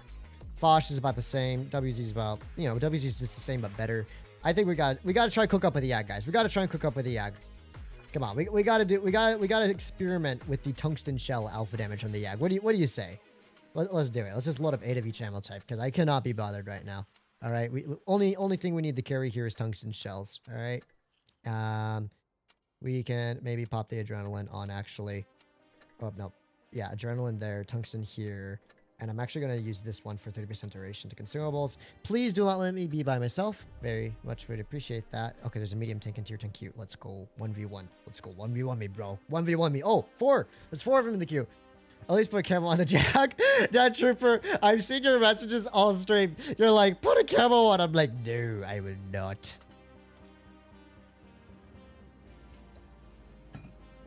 That poor villager in that hut. Dude is just like chilling. And every like 19 seconds, 183mm high explosive shell slams into the wall. Poor dude. All right. So basically, Yag lost a second of reload. Where's DPM? And I think its view range got scaled down, but it did get tungsten shells, which Loki in of its own self is kind of a buff. So let me just fact check myself on that. Yeah, okay, 0.79 second longer reload. Not quite a second. It's 0.8 seconds longer, roughly speaking. Oh, better traverse speed and terrain crossing capacity. So the Yag's slightly more mobile. This is actually good. Man, I have not played this map in a long time, man. Do you think they're headed this way? All right, so we have a CS63 popping up over here. Look at this dude. 938. Dude, the tungsten turns you into a 183 with standard rounds. What is Wargaming, like, what is Wargaming thinking doing that to a Yag? Oh, wow, that tank actually has turret armor. Still, you know, you can guarantee two, like, basically 1,000 alpha damage shots in this tank now. Which, I don't know about you, but I think that's pretty crazy by Wargaming. And also, this poor Jaegeru is getting Omega crossfired out over here. All right, Mr. Jaegeru, I believe in you. I feel bad for that Yag. The CS should have gone corner. Russian PA over here in the CS63 has done made a few mistakes. Low key though, dude. Okay, dude, you're just gonna let the Caro full clip you? Oh my gosh, dude, 900 like alpha, like that's crazy. I don't know if that was just one very high roll with the tungsten. Obviously, tungsten doesn't technically increase your alpha, but it just means you go from 105 to 125% RNG ratio. So you're always, no matter what, going to do 5% above your base alpha damage, right? But usually, because you're not rolling exactly average with every shot, that can change a lot. That's crazy. Interesting. That wasn't really a big game in the Yag. Our team was kind of cooking. Yag actually going to be kind of saucy with that, man. 2 tungsten shells for 1,800 damage into a tank. That is nice because the Yag RNG is terrible. All right, okay. We'll get the W. You know what? We'll get the WZ a spin. This is actually one of the other TDs I'm curious about. This one's getting a boatload of changes as well. So let's real quickly just equip it. Oh, nice. It gets reactive. And we will put food, fuel, reactive. Not reactive. Oh, it does have reactive still. Lol. But I'm not going to put reactive on it. All right. And to make our friend happy here, let's put the goldfish camo on. There you go. You can finally have a camo on a tank. All right. Let me real quickly read the changes that the WZ113 GFT is receiving. It is okay. Here we are. So, gun stabilization dispersion become worse. Average damage per shot decreases by 20, 10, and 10. Oh no, I'm looking at the regular 113. Scratch that out. That's the regular 113. Here's what I meant to say. Frontal armor becomes stronger. Aiming time is reduced by 0.8 seconds. Terrain crossing capacity and engine power and max forward speed are improved. Gun dispersion will be higher. Armor penetration and hull traverse speed are decreased. View range and HP count are set to 240 and 2,000 hit points.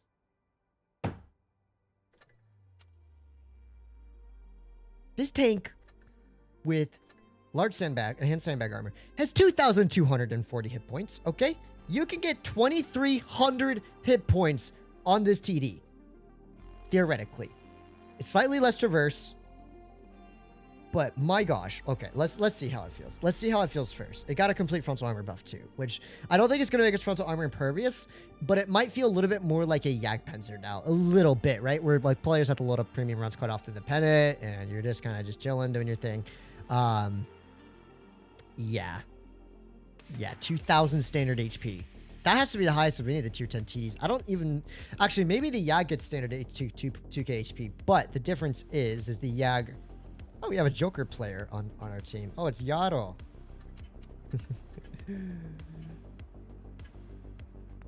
I recognize good old Yaro.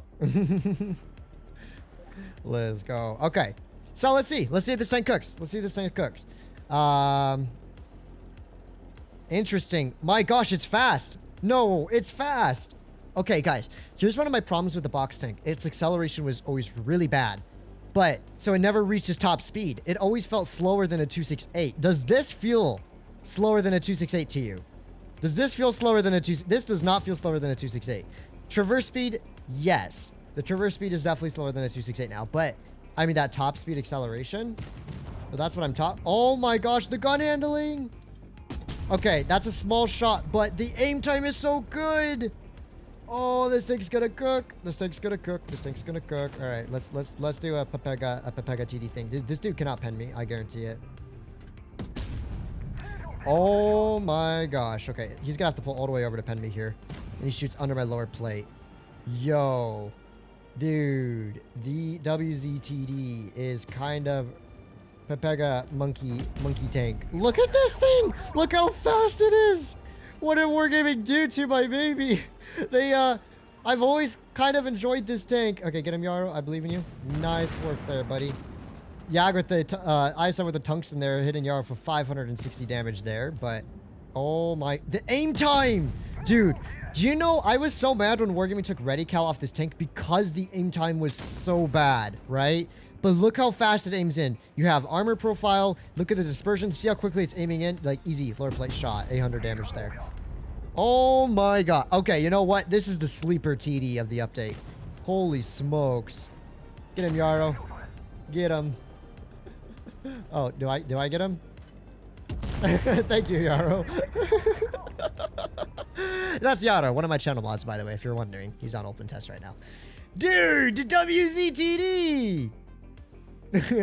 Oh my gosh, the gun handling proceeds to miss. I mean, that was a very small, very small shot on the tip of his turret. I was playing around the corner. Also, after I'm playing on 200 ping, I usually play on 30, 40 ping. So, like, my leading is a little bit off in that regard. Thank you for the games. Good old Yaro. Oh my gosh. I didn't think the WZ was going to be so fast. That's what threw me off. I don't know, like, what they did to his ground resistance, but this tank always felt sluggish. And it don't feel sluggish no more. It don't feel sluggish no more. And it still has a really troll armor profile on the front. And now, with a super fast aim time, dude, I gotta play this tank once it gets released. I am actually pleasantly... This was not one that really, like, ticked my radar too much when I was reading the note changes. But, man, oh man. Have you seen T62A armor? No, I have not. Should I try the 62A? Should we? Let's try the 62A, guys. Now that I've covered all the tanks I wanted to cover, I'll start playing the tanks I haven't covered yet on stream. Let's get the 62A changed, because the 62A got a lot of changes. I'm kind of curious. I low-key think it's going to be a little worse than it is right now, but it's okay. The 62A is kind of a really strong mid anyways. So, let's read 62A changes. Let's see how it does. Man, the WZTD was a very pleasant surprise. Oh my goodness. Okay. So, T62A. Average damage per shot increases by 20 points. So it has what? 330 alpha damage. For all shell types, gun stabilization will improve. Frontal turret armor and lower plate glasses are reinforced. So, wait, let's see. Frontal turret armor, upper and lower hull in the front are reinforced. The turret traverse speed and engine power are reduced. Reload time gets 0.62 seconds longer. So your 62A reloads 5.7 seconds. That's still pretty good for 330 alpha, I think, for a med. But your DPM is 3458 instead of 3510 or 3515, whatever I had before. But it looks like I got an armor buff. I'm curious. You can't pen upper plate with 140's heat. Wait, what? Wait. How much did they buff its armor profile? Turret 255. The hull is 134, but it is angled. So that's going to be way higher than it looks. So it's probably like, what, 250? Huh. Put a camo for good luck. L. El Momento by me. I don't want to exit the queue because there's already a player here. Let's 1v1 a CS63. Interesting. Very interesting. See ya, Rodney. Thanks for dropping by. So let's see how much less mobile the 62A is. Oh, wow. It feels like an old T62A, low-key. It feels like an old 62A. This mobility feels like the old 62As. Except it goes 56 instead of 50. But otherwise, it feels pretty much like your generic 62A, like it was back in the day. It still has 7 degrees of gun depression, I believe, right? Yeah, that's still 7 degrees of gun depression. So its gun depression is still cooking. Aw, CS63, you're so not cool, buddy. Driving up the middle like that. All right, buddy. Time to get DPM'd out. 360. Yo, this alpha is pretty saucy if I say so myself. 330 into him there. And not quite able to hit him there. Doesn't have the gun depression to shoot at me, though. And I do beat him in terms of DPM here. What? What the heck? What happened to my my shot there? Did I hit a hill or something? Honestly, it still feels pretty quite mobile for a medium tank. I'm not too concerned about its mobility all that much. And I honestly could probably just YOLO the CS, but the only reason I'm not is the CS does have tungsten shells, so he could just still 3-shot me very reliably. Tungsten here. He should not be able to pen my my turret. Yeah, even APCR on the viewport there, he is not penning that, buddy. All right, quick shell to his tracks here. Nice. I think this is literally just the better CS63. What do you guys think? Another shell into him here, and I should be able to kill him here on reload. Yep. Interesting. I didn't get to test out the armor. It looks like when I was YOLOing him, I was penned through the upper plate. We'll have to take a better look at it at some other time. But for now, it does feel pretty nice. I think the 62A actually is fine. It feels better than a CS63. I'll tell you that for sure. The gun handling is about the same. I didn't really notice any difference in the gun handling. And now it has, I think, 330 alpha, right? Let's just fact check that. Yeah, 330 alpha, 280, 440. 440 HE is nice. I didn't get plus 30 on the HE. Wargaming, you lied. You said plus 30 on all ammo types, but no, it would have had 470 HE if that was the case. Yeah. 62A. Interesting. It feels pretty good. It does feel pretty good. I'll take it. Ray needs to put El Babe camo for Fatness fans and Fatness himself. I agree. Okay. Here is another tank that I'm going to be curious about. The Progetto really didn't get changed. Carol just got slight armor buff on the turret. CS63 tried. TVP got nerfed. 121B is fine. 422 got kind of destroyed. I don't even want to play that tank.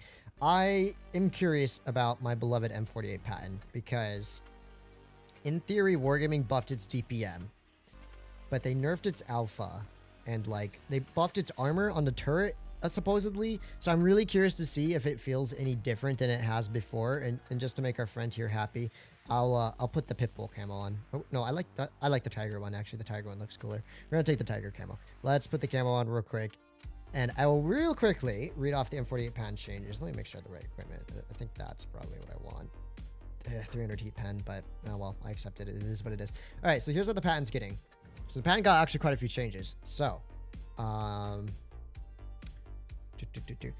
turret armor will be improved. Decreased parameters or average damage per shot by 10 points. Armor penetration by 7 millimeters and reload time by 0.3 seconds. So, M48 patent DPM actually I think got slightly better. It's 3550, now it's 3563. Basically, it just lost alpha to have practically the same gun, but with less penetration. I'm really uncertain about the turret. I think the turret's gonna be pretty good on it. Object 260 feels pretty good, Matthew. The gun feels really nice. I actually like the gun changes for the most part. I preferred alpha, but something about this gun feels pretty solid. I think what I noticed for the 260, it's the armor on the hull is not super noticeable. Apparently it's supposed to be better, but I felt like the 260 mobility was more of its thing than armor, and so it losing so much mobility was kind of an experience for me. Oh, Giaro. Real fast, making everybody happy. I am trying my best. Everyone except for Cheese. Was it Cheese? I think it was Cheese yesterday. Next stream will be advocate for 2 last equipment slots instead of camo. I only do that on the real server live because I don't think they make too much of a difference really when it comes to just YOLOing around on the test server. All right, so Fatness, yes, it is me. It is me. Let's go. Hori, we can try the Hori too, I guess, but honestly, I was not a huge fan of how the Hori felt, buddy. You know what? No, I got a 1v1 Yarrow. I'm gonna go 1v1 Yarrow. You do your thing over there. Will the 2 points be OP with the better armor? Honestly, I don't think so. When I played against T-22s, even my WZ light tank with rammer, I was still able to pen the superstructure, the front plates and stuff a little bit better. Thank you, by the way. Welcome Will to the T-22 be up with the better armor? What the heck? What is that? Look at the upper plate. Look at that auto ricochet zone. Yo, that's crazy. Yaro's giving me a little showcase here. Dude, look at this 62A's turret against 300 heat. Okay, I can still pen that. Okay, also this DPM is kind of insane. Right side? No, I can't even pen the right side.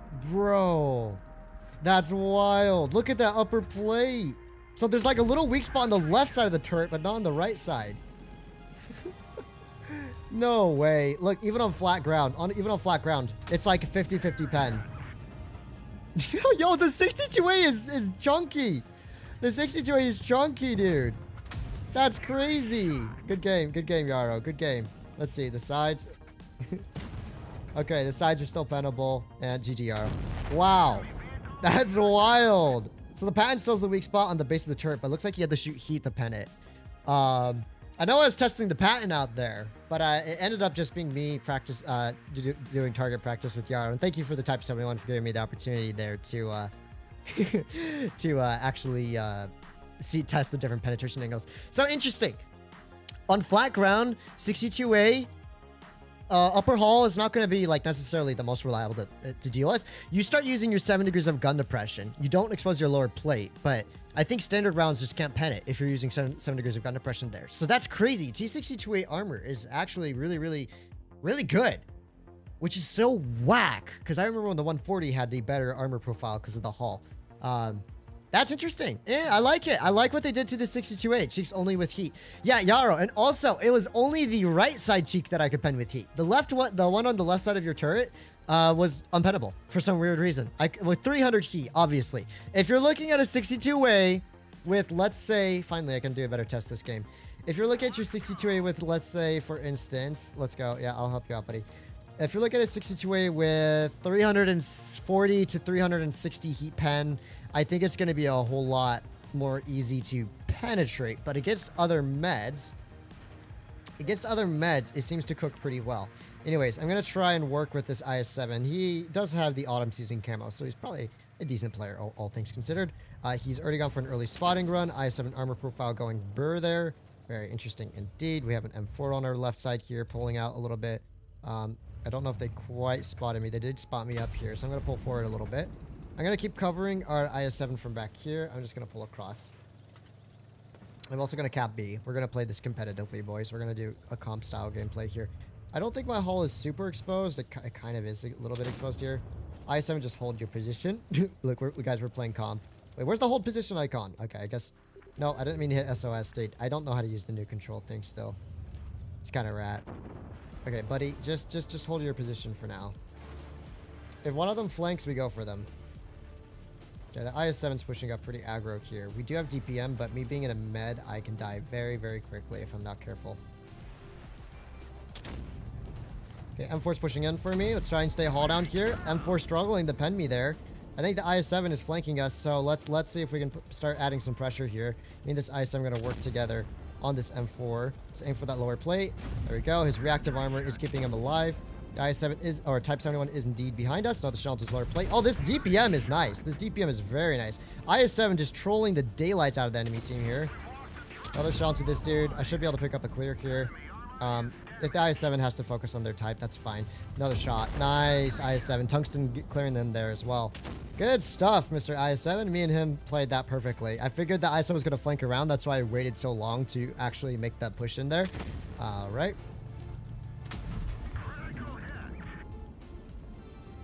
Gun block.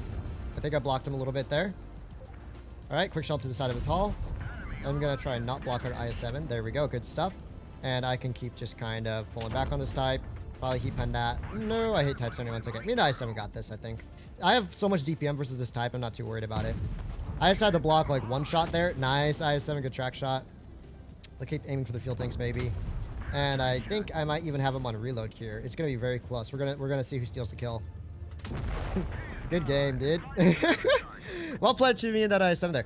Pen feels fine. As a brawler, it still feels pretty good because it still has high DPM. Its pen, though, with 300 heat pen is not it, Chief. But I don't know. I feel like without the DPM, the patent is kind of irrelevant. So, yeah. Like, why would you play patent when you could play an STB1 and it has, like, the same DPM? You know? Like, why even play the patent with STB1? It has the same DPM and premium AP shells. And, like, the same alpha damage, too. 340, right? They're both, like, 340. So, I don't know how I feel about that. But, you know, the patent did its thing. Good game to that IS7 there. I think I've covered just about every med that was important to cover here. 907, T22 I haven't done yet, but honestly, I think they're for the most part going to be about the same. Okay, well, Progetto hasn't changed too much, I think. Let's check back to which heavies maybe I didn't cover that I should have. I want to check. I did try the E100 out. I did try the IS7. 2 and 5B, I tried it earlier. It's not worth. Let's see what the 5A is cooking up. Let's see what the 5A is cooking up. Oh, DPM's cooking up. That's for sure. All right.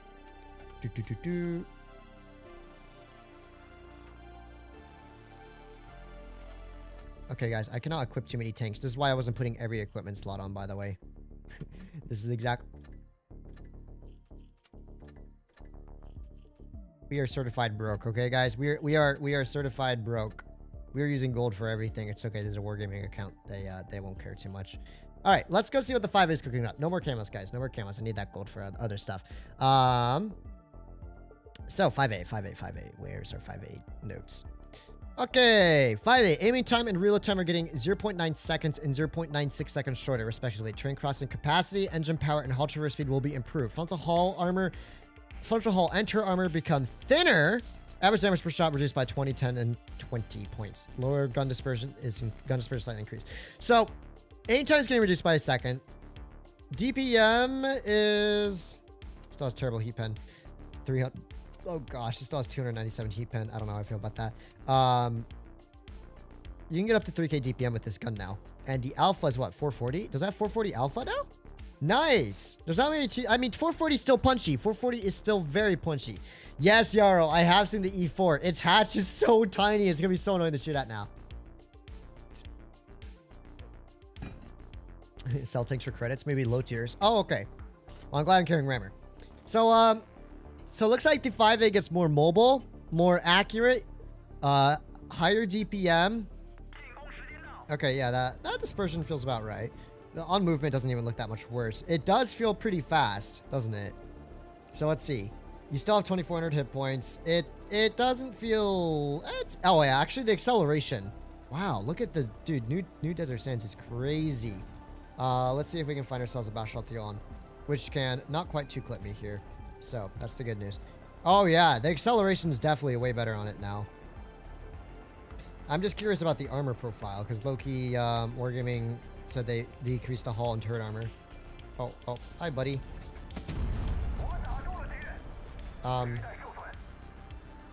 Buddy is lagging. Okay, let's just test our AP alpha.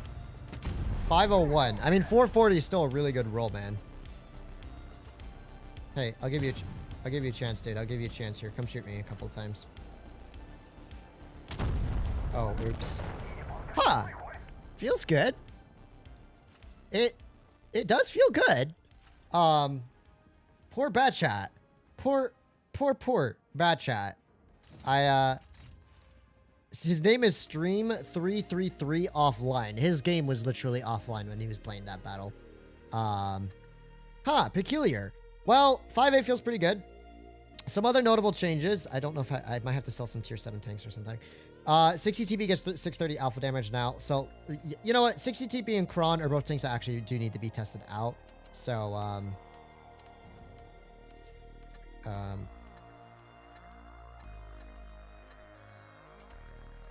yay. So expensive to equip tier 10 tanks, man. Yay. Yay. Okay, let's see. I already tried most of these vehicles out. Let's do the 60 TP first. Or actually no, let's do the Kron first. Let's do the Kron. So Kali, this equipment is necessary. This one. Kron dispersion is really good. Okay, I don't care. This one's fine. Sandbag armor, still 2600 HP. None of that. We will put standard, super sped boost, ready cal. All right, let's read off the changes to the Kronwagen real quick. So, here's what you can expect from the Kronwagen. Where are my European texture changes? Okay, max forward speed becomes 4 kilometers an hour faster. Engine power, train crossing capacity, and hull traverse speed are improved. Intra-clip reload time between shells in the magazine will be 0.49 shorter. This is, in fact, I believe not true. At least Wargaming changed it since they released the patch notes because it still has a 3-second interclip instead of 2.5. It was 2.5, I'd say this would be the most broken tick in the world. But right now, 3-second interclip, maybe they'll change it before they release it. It's supposed to be 2.5, but right now it's 3. Armor penetration of APCR and heat shells is reduced by 5 and 10 millimeters respectively. Aiming time gets 0.7 seconds longer. Longer aim time, but the Kron already had good dispersion. You still have ready cal. So let's see how the Kron performs. Let's see how the Kron performs. So the gun, I would say, getting worse, right? Worse pen, worse at aim time, but on the other hand, it's theoretically getting a whole lot more mobile. I'm curious to see how much more mobile the Kron is, so I'm going to YOLO straight across the dunes as a result, just to try and test it out. And we can see the Hori armor profile. So here's Kron with speed boost activated. Okay, we're going up to 38, 39. So about 39. I think the Kron's old top speed was what, 30 or so? Or 34 or something like that. It wasn't the fastest. Without it, it cruises at 34. So at a 30 top speed beforehand, it goes 34 now, which means it's actually not like all that diabolically slow. Here's the gun. Oh yeah, that aim time is quite long. While the aim time... Wait, what did that WZ say? I didn't even read it. There we go. The WZ is just violating the Hori. You can see the Hori's traverse speed is pretty dog water right now. But Kron feels fine. The nice thing about the Kron, and you know, the reason I would recommend maybe maybe running the ready cal on it still has 310 alpha. Wait, 907 still has 310 alpha? Yeah, I think maybe some of the changes were skipped there or something. But Kron's fine. I mean, I didn't really get to test it out that much. It does feel more mobile. This is a good player. No! Try to say GG's. No, autocorrected. Oh no, the server's broken. The server's broken. Okay. Oh, there's a good player that we had on our team. I'm not sure who this person is or what server they're from, but they have pretty good stats. I will admit. GG's did it. GG's. So, Kron feels fine. The gun handling though, yeah, that aim time is pretty bad. That aim time is pretty bad. Wargaming didn't implement all changes. It's same for 907, which didn't get 320 alpha. Yeah, I was gonna say 907 should have had 320 alpha. That's why I'm not gonna play it now, because I don't know what it's gonna be in the future. Kron feels okay, I would say. Its mobility is definitely better, that's for sure. But I don't know, the gun handling, that aim time is definitely way worse. Let's try the 60 GP next, and I'll read off the list of changes that tank received in just a moment. Ooh, no heat pen, definitely taking calibrated. Holy smokes, the 60 TP has 310 heat. That's terrible. That's actually terrible. Improved gear oil, right? You can get it to go a lot faster, and improved gunpowder, so... Oh, and it still has tungsten. Nice. Okay, so here's what the 60 TP is getting. I'll read the 60 TP changes as well. 60 TP Lewandowski, HP count and average damage per shot are increased by 100 points for hit points, 30, 20, and 40 on the APACR, heat, and HE shells respectively. Shell type, that was changed. Obviously, I just mentioned that. Armor penetration is set to 252, 315, 80 millimeters for the gun. All right. Reloading time and aiming time becomes 0.96 seconds longer and 0.8 seconds shorter. So 0.96 seconds longer on the reloading time, 0.8 seconds shorter on the aim time. Gun stabilization gets a little bit worse. So this might not be so bad. So basically less 630 alpha damage now. It'll have the same alpha as an E4 in terms of alpha damage numbers.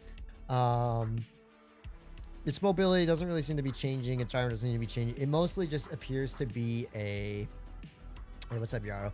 We're going to cook up these E4 platoon, or we're going to get cooked by the E4 platoon. Let's fall back. All right, Yarrow. Yarrow, we're doing a virtual tune here. We're doing a virtual tune. So I'm more curious about... These new command sounds are so confusing. I'm curious about how the 60 TP's aim time is. Okay, let's see. I'm going to be fair with you. The 60 TP's gun feels about the same. I know its aim time is sort of like 0.8 seconds, but the stabilization being worse means that it still doesn't aim in the fastest in the world. Interesting. Our CS63 hasn't spotted anyone up top. Oh my goodness. Yarrow, it's time to cook. It's time to cook. Alright. 640 alpha damage there, 720. I'm gonna push past this E4. I'm gonna like push him. I don't know if Yarrow reloads me. Yarrow should have the kill here. Nice, Yarrow. I'm gonna keep the 60 TP occupied for the time being. 740 alpha on the Tungsten, basically. Maybe I should have helped Yaro on the E4 here.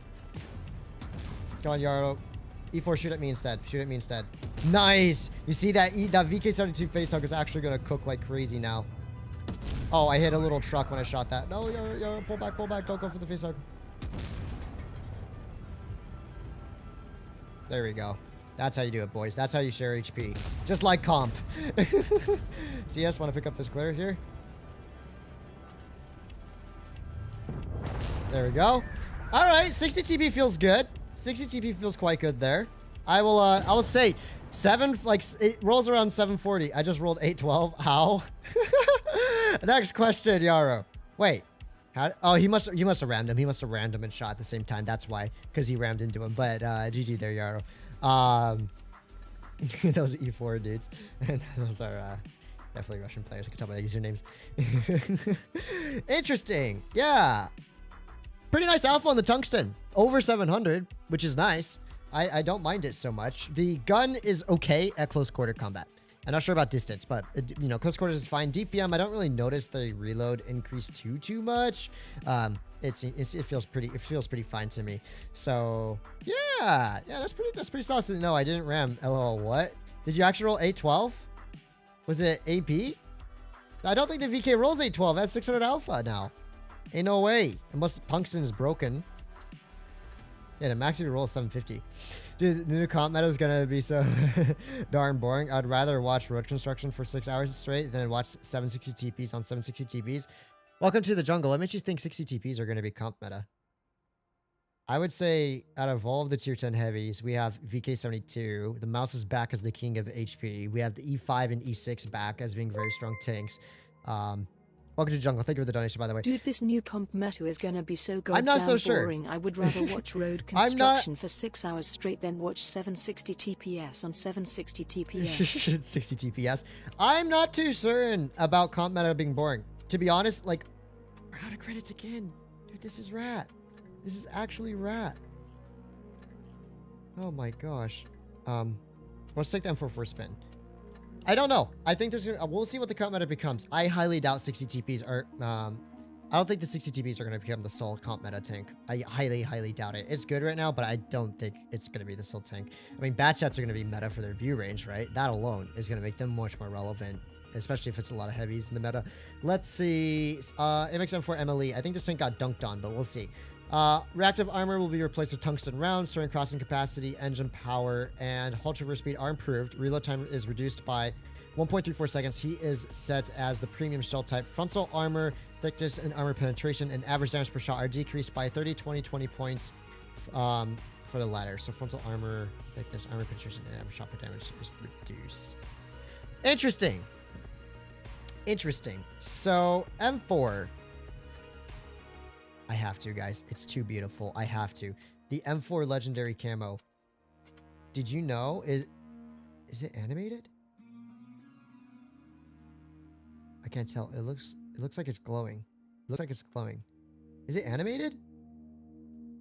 It's hard to tell. Maybe it is. The legendary camo on the M4 looks so hot now, dude. Look at it because of the PBR textures.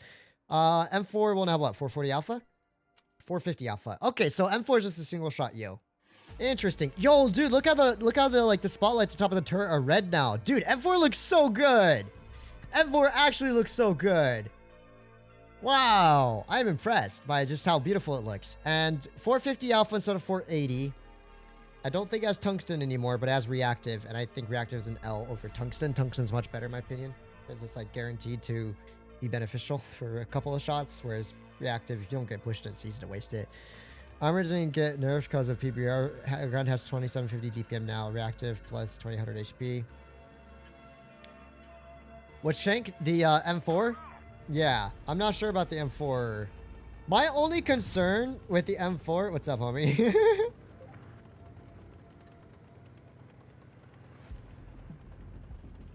I'm not EU player. EU. I'm curious where he's from. What server? Ah.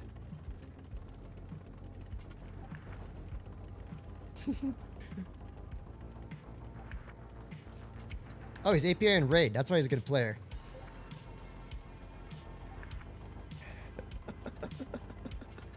We're just having a conversation, watching stream. Oh, let's go. How's it going? Yo, M4 is still quite mobile. It is still quite mobile. It looks good.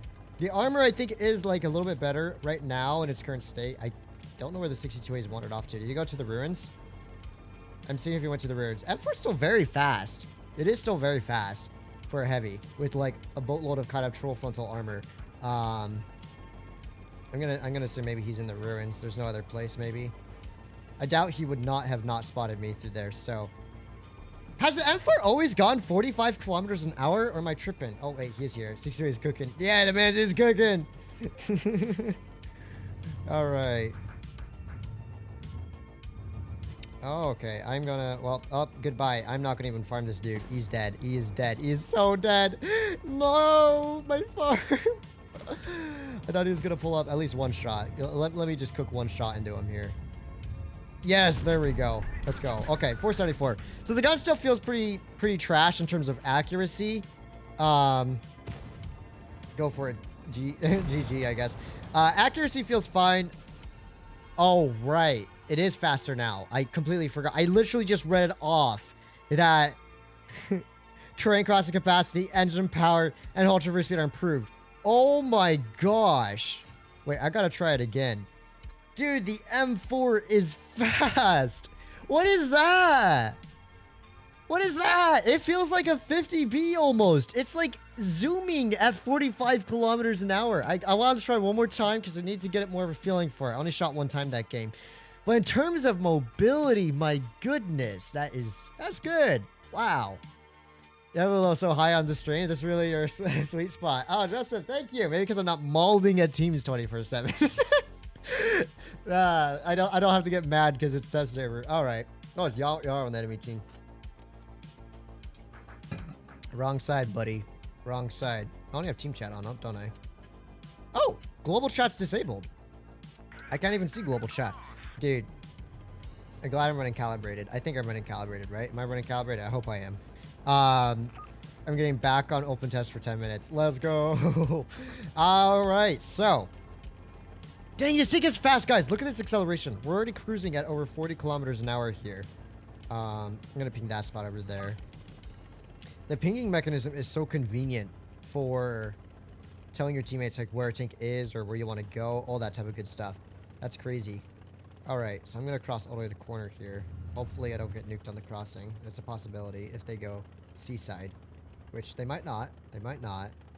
Oh, nice. This is going to be a slower paced game, maybe. There's the Leo. That's the M4 I remember. And that's the only thing I think I still dislike about it. Maybe I had the wrong equipment set up on it. But the M4, in terms of its accuracy, it's really poor for 450 alpha damage, right? This is less alpha than an IS7. But at the same time, you are less accurate than an IS7 as well by a long shot. So, yeah, like, look at that dispersion. Let's pop the adrenaline at least. Dude, this dispersion. Armor looks pretty good, though. 418 damage there. I'm capping C for now. E-Wander's going through the river, it looks like. Not quite sure where the Leo 1 has flanked to. So I think I got to get ready to start pressuring these E100s here. There's Leo. Our 60 TP is already getting dunked on over here. That's a bit of a F in the chat, I think. I think my team is just going to lose this because they have so many hit points on their side. They have so many hit points on their side, man. This is mad screwed. Hi, Yaro. Hi. Oh, this gun. Yeah, I'm sorry. M4 may be fast. Its armor may be a little bit better with PBR. But holy smokes, it is not cooking with its accuracy. Maybe at point blank, it's a little bit better.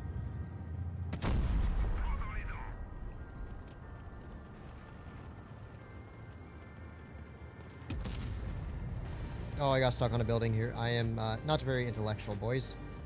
Alright, at least their heat pen's decent on this tank. I'm not going to give them free side shots on me, because that means I'm getting HE'd up the rear here, which is never a good thing. Yeah, welcome to a German sandwich here, boys.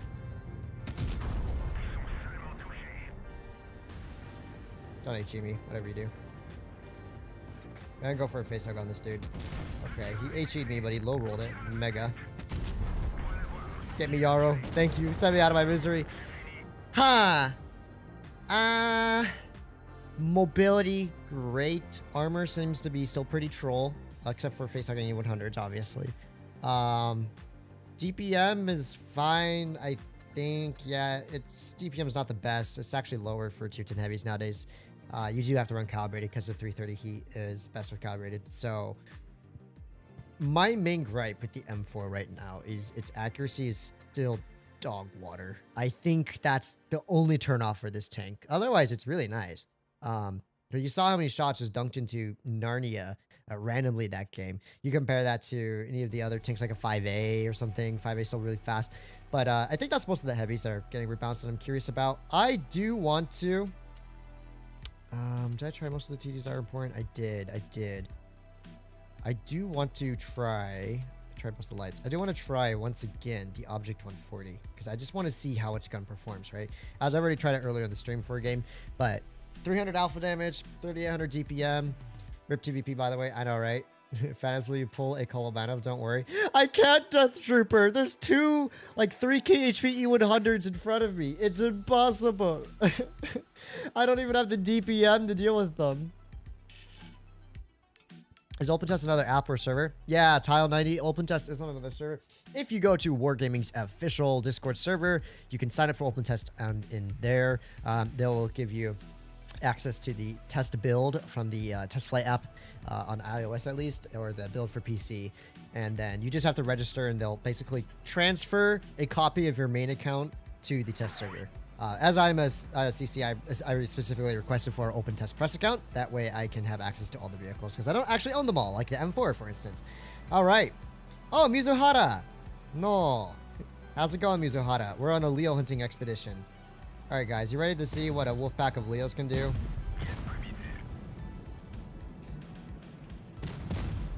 Oh my gosh, this reload is so fast. Well, look at the rolls. 282, 289. That's rat. That's so rat. Oh, the rolls there. The rolls are so low. Dang, there was nothing for me to farm. I think the 140 slightly outfarmed me there because of RNG. GG, Miss Ada. Let me try again. I think the 140 is going to be really fun. I do think the 140 is going to be really, really fun. Got to add them ads in. Oh, I accidentally turned it on when I was having difficulty with my stream settings once. And I actually don't know where I turned it on. Maybe it's under monetization. No, oh, automatically placement rolls as during stream. Ah, there we go. I can turn that off. Less money for me, but it won't ruin your viewer experience. So that's always a plus, right? There we go. You shouldn't get interrupted midstream with ads, by the way, now. So, there you go. All right. Let's see. It's me. Is it the same 140? Mizuhara again. This time they have an E3. Okay, let's see. The 140 does feel really nice. You know, it's more mobile. Its accuracy is incredibly good. This tank is so fast. It feels like a light tank, right? It just has 0 armor. So, pretend it's like a... Yeah, like a... I don't know. I would say 200 LT, but even the 200 LT has more troll armor than this tank, I think, at this point. Let's see what we can do over here. Did I get spotted for that? That's the really important question. I do. So they have someone right back there. Oh, I was going to ping that spot for my 140 pal here. But you know what? Not a problem. I'm sure the E3 is back here somewhere. Certainly is. Please don't M-rack me. I'm just sending it. I'm doing rat object 140 things. All right.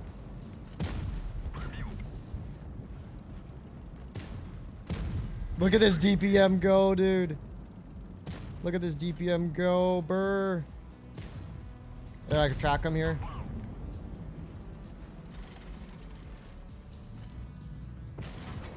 Okay. I'm gonna retrack him. Dude, the tracking abilities. Look at this E3. I don't even have adrenaline active. This dude is dead. This tank is gonna be so fun to play just as a platoon or something. Oh my gosh, watch. I wonder how much the HE alpha is. Oh, does it still have 440 HE there? Dude. 140 Wolfpacks are going to be so memes. Oh my gosh. I missed the game because of the ads. See, there you go. Yeah, I accidentally turned it on once when I was trying to fix my stream settings in YouTube, and that was an oopsie. I forgot to turn it back off. Thanks for reminding me. Wow. I like the 140. Its playstyle is really enjoyable. I cannot wait to go around pegging people with a 4.7 second reload. Even though the alpha's low, the perma tracking, dude, the perma tracking is going to be insane in this tank. I mean, it has the shortest reload in tier 10 now. So yeah, that's pretty juicy, isn't it? Okay. One last vehicle. Although we must do the courteous selling of tier 9 tanks. Shkoda, you can go. No one wants to see you, Shkoda. Goodbye. Farewell, Shkoda. PTA as well. Isak. Bye. Okay. Let's see if this tank is actually finally more balanced. I am genuinely curious to see how the TVP performs. I can give you an update on just what its characteristics are now. Real quick, I'm just equipping it, and then maybe I shouldn't carry 16 HE. That's a bit overkill for a TVP. There we go. All right, so let's check the TVP changes real quick first, okay, guys? So our good old friend Mr. TVP has interclip reload between the shells in the magazine is set at 1.88 seconds, so almost 2 seconds, almost 1.9, just under 1.9 seconds for the interclip. Max reverse speed is adjusted at 17 kilometers an hour. I think its reverse speed right now is higher, right? Is it 20 in reverse? 17. Wait, what? Oh, wait, that's the server. Of course it's 17. I don't remember the reverse speed right now. 17 feels really fast, though, to me. Full magazine reload gets 1.9 seconds shorter. Turret armor, engine power, gun dispersion become worse. So it takes about 0.4 seconds longer between shells to dunk out your magazine from 1.5 to 1.88. Is it 1.5 right now, or is it I think it's 1.5. Yeah, from 1.5 to 1.88. Its dispersion is getting worse. Its armor on the turret's getting worse, which is good because that turret can look to be a little troll at times. And the mobility is getting slightly worse, but the whole magazine reload's a little bit better. So basically, let's just say it's 1.9 inch clip. Let's see if the mobility does feel worse. Ooh, it is a little slower. On the initial acceleration, I'm not using my speed boost because I want a raw feeling of its acceleration. Yeah, it's slower for sure. Oh, that's a lot more sluggish. A lot more sluggish. It's not going to be a bad shot on steroids. It feels more like Leo mobility now, which is fine, I think. Anyways, let's see if we can still do rats TVP things. Look how much longer it's taking me to get them a magazine out. So interesting. You're just XE node. Wait. Object 907 does have 320 alpha damage. What are you talking about? This dude just hit me for 320 ricochet. Guys, it may be not as broken. That's true. It still two clips them like nothing, man. It still destroys them like nothing, man.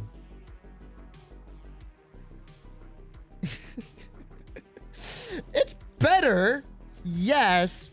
I wanted Wargaming to violate the tank. 2 second plus intraclip reload, the worst dispersion on any of the autoloaders in tier 10. You know, I was hoping for that. Its gun is still accurate, pretty accurate.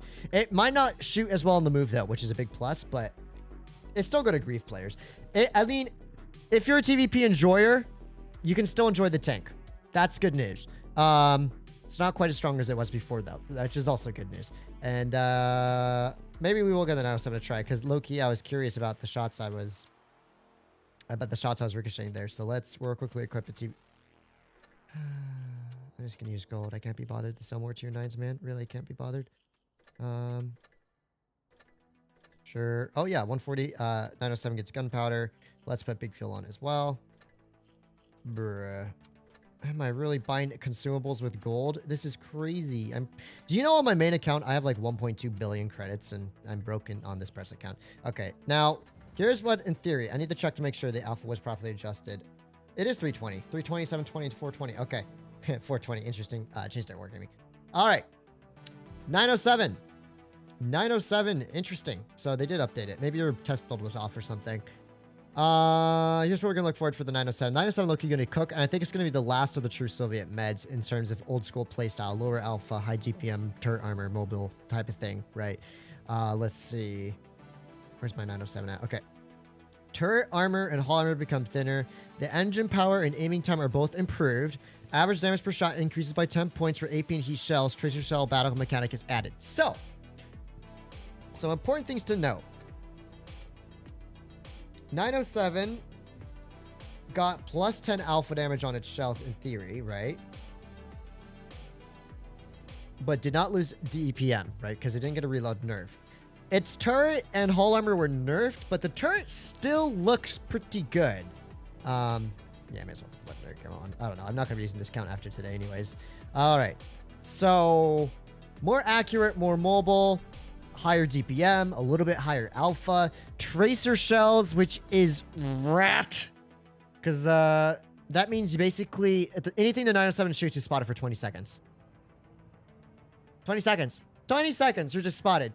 That's going to be so annoying to deal with. And with still, you know, it has better DPM now. Ooh. Oh, the gun handling is a little bit nicer. Okay. It does feel pretty good. The 907 never had the best gun handling in the world. The tank is still very fast at 60 km/h top speed. I think only the 140 is faster than that. But this tank does get 7 degrees of gun depression. So it's a little more flexible than a 140 in that regard. You know what, guys? We're just going to send it.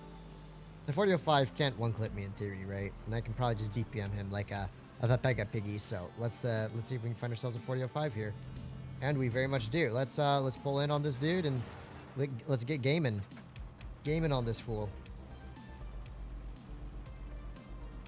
Now, unfortunately for Mr. 4005 here, he has terrible gun elevation, so I can just dunk down 1 HE shell into him there. Pop the adrenaline. You know what? I'll give this dude a fighting chance. 316 there. I'm shooting AP because I want to test the AP rolls mostly. 362. Okay, okay. What else do we got here? 365. Okay, it's rolling pretty well. We're probably not going to bounce any shells from this dude. 315 and a track shot. Okay. So it does roll higher, I think, on average. We got a lot of 360 rolls, which usually these tanks don't.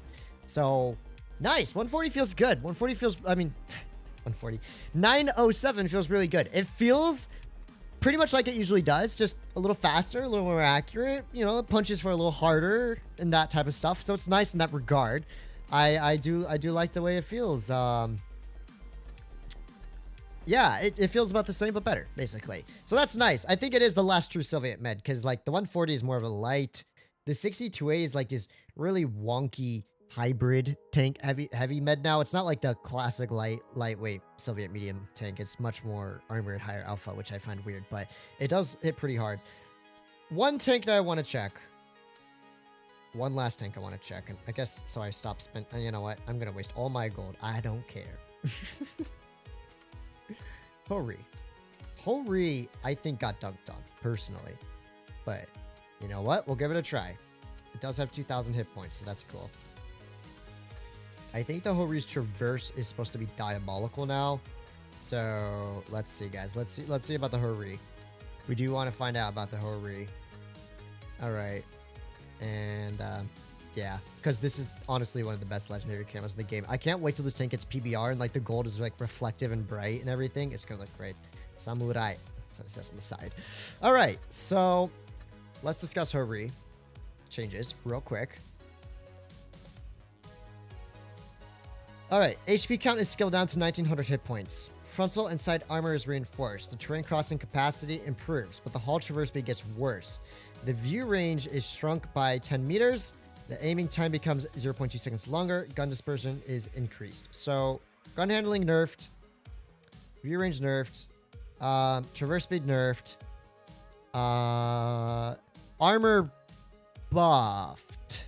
I'm telling you, I was playing in a training room against Video and a Hori earlier today for a game. Its armor buff means almost nothing. Premium rounds still go through the Hori like nothing. It's flat. It's flat. Increasing the thickness of its frontal armor on its flat is only going to mean that certain higher pen standard rounds may not pen you as much. But, oh yeah, adrenaline. Thank you. Yeah, forgot about that. So, I think the Hori did get kind of hit with the yeet hammer. The reason I say that is because, like, the thing that made the Hori super good before is it had really good traverse speed, really good mobility in terms of acceleration. It had a laser gun, and then it had premium AP, right? All that crazy stuff that just made it super, super flexible as a mobile gun platform. And the armor was secondary. Like, you'd get ricochets. It was nothing you'd ever trusted in. Now what Wargaming have done to the Heavies is like, hey guys, it has a bunch of armor. Now you should trust in it. Well, we're going to destroy your turret speed, and we're going to make your gun less accurate. But in reality, that armor means absolutely nothing when you're sitting in a room by yourself. Okay, guys, look at this traverse. Look at this traverse. Look at this. Oh, it's so bad. It's so slow. Like, what did Wargaming do to it? Look how slow it is. The whole used to have, like, way better traverse. Dude, like, look, you're driving and traversing. It's like, it's so slow. It's a yikes. The dispersion still feels roughly the same.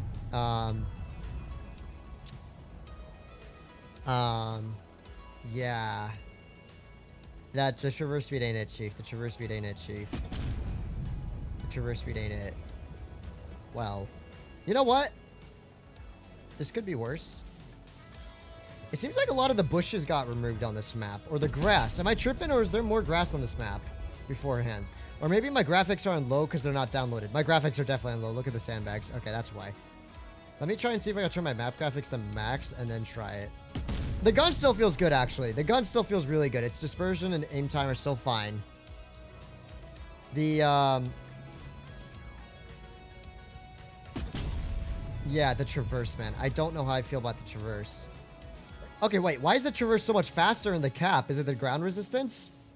Hey, yo, the ground resistance of the cap is so much better. What the heck is that? You see how much better traversing there? Maybe it's just ground resistance. But, it does feel a lot slower. It does feel a lot slower. I will give it that. And I don't think the armor is quite worth it. So, I would have preferred the Heavies just stays as it was. And I think it would have been fine as it is. But, you know, Wargaming are going to try and fix it. But I don't know how I feel about it. I just don't think the armor on it is going to be good enough to warrant this much of a traverse speed nerf. Because, man, this tank used to have insanely good traverse speed. That was the only thing that allowed you to have ricochet stuff. Is like you could just like drive and like if you try driving and wiggling now, like look how slow your tank moves. If you're like driving and backing up, it's just like you know what I mean. If you ever like took the regular Looks like we got some spices and some kind of vegetables here. Okay. And then over on this side, we got some, looks like some oranges or something. Tangerines, maybe. Hori is not fine. I'll get out of here with that. Hori needs more penetration. Yo! Yo! I got a Raider medal, guys! It's been years since I got a Raider medal! Invader medal too, let's go! I'm so good at this game. Because it's not a training room. Okay, well, that's all I really wanted to test on the Heavies was this mobility, really.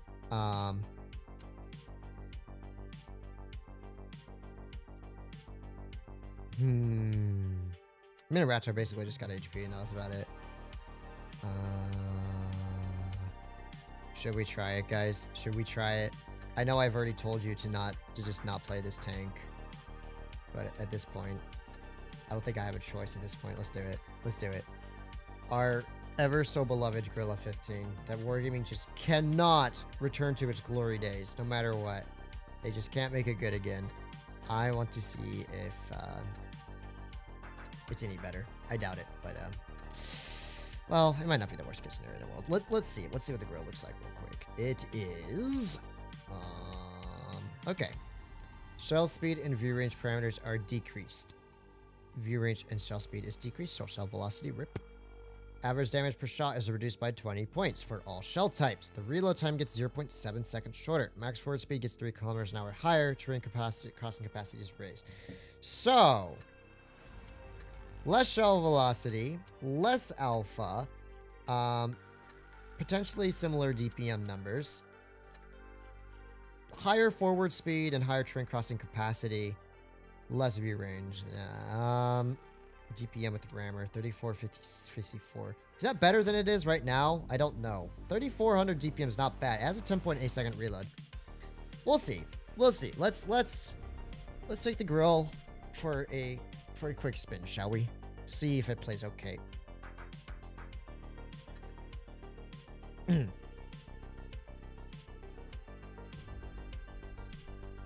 many players are on the server right now? 39 players. This is why you gotta do your open test streams like right away, guys. Because if you hold off even for a day, you're stuck without players to even join the queue, unless you make a training room, I guess. Fatness, how could you stream when I was in college? I saw the notifications, but I was in class. When I was in college. Well, at least here in the US, or at least my university, Labor Day is a day off of classes. Normally, I would still be in school right now, but it's Labor Day, so I was able to stay home and do this stream for y'all. But tomorrow's a study day to compensate. Unlimited PP that username. I think that's what it said. Bruh. You forgot the camo. It's okay. It's okay, guys. Let's see. So, forward speed. How's it feeling? It's a little faster. Does it go 50 now? Oh, it goes 50. That's nice. It actually goes 50 now. That's cool. So, grill goes 50. It's traverse, though. Like, look how bad. Its traverse is still so bad. Okay, there's the Bachaltheon. Yeah, it is unlimited P power.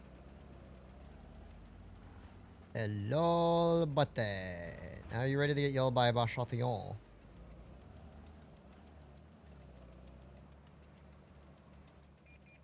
Alright. Quick shell into him here. 460 damage into him. Hey, what's up, homie? 460. You can clip me if you want. I'm just curious about how I'm going to roll. So 460 for our first shot. 560 for the second one. Has 580 alpha damage now. It still gets absolutely destroyed by tanks to out-traverse it. 553. Dang, man. It just never high rolls.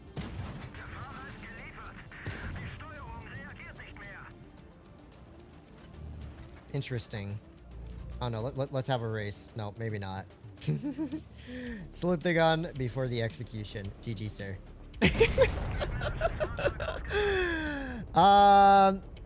Interesting. We can't hear you very well. Can you boost your mic or orient it better? Thanks. Huh? I think I'm pretty sure I could literally listen to my own audio if I were to change my streaming platform. And oh yeah, that's very loud. So I don't know if the audio is a bit low, but I have the music volume set down to like 15%. Mic at 100, game at 20, 30% or so. So you should be able to hear me just fine, I think. Okay, lock back is just fine. Okay, well, there's the gorilla. Okay, guys, let's do... just to end it off... Oh, come on, let me see my password. Although anyone will be able to join, but at least one of the viewers will be able to join.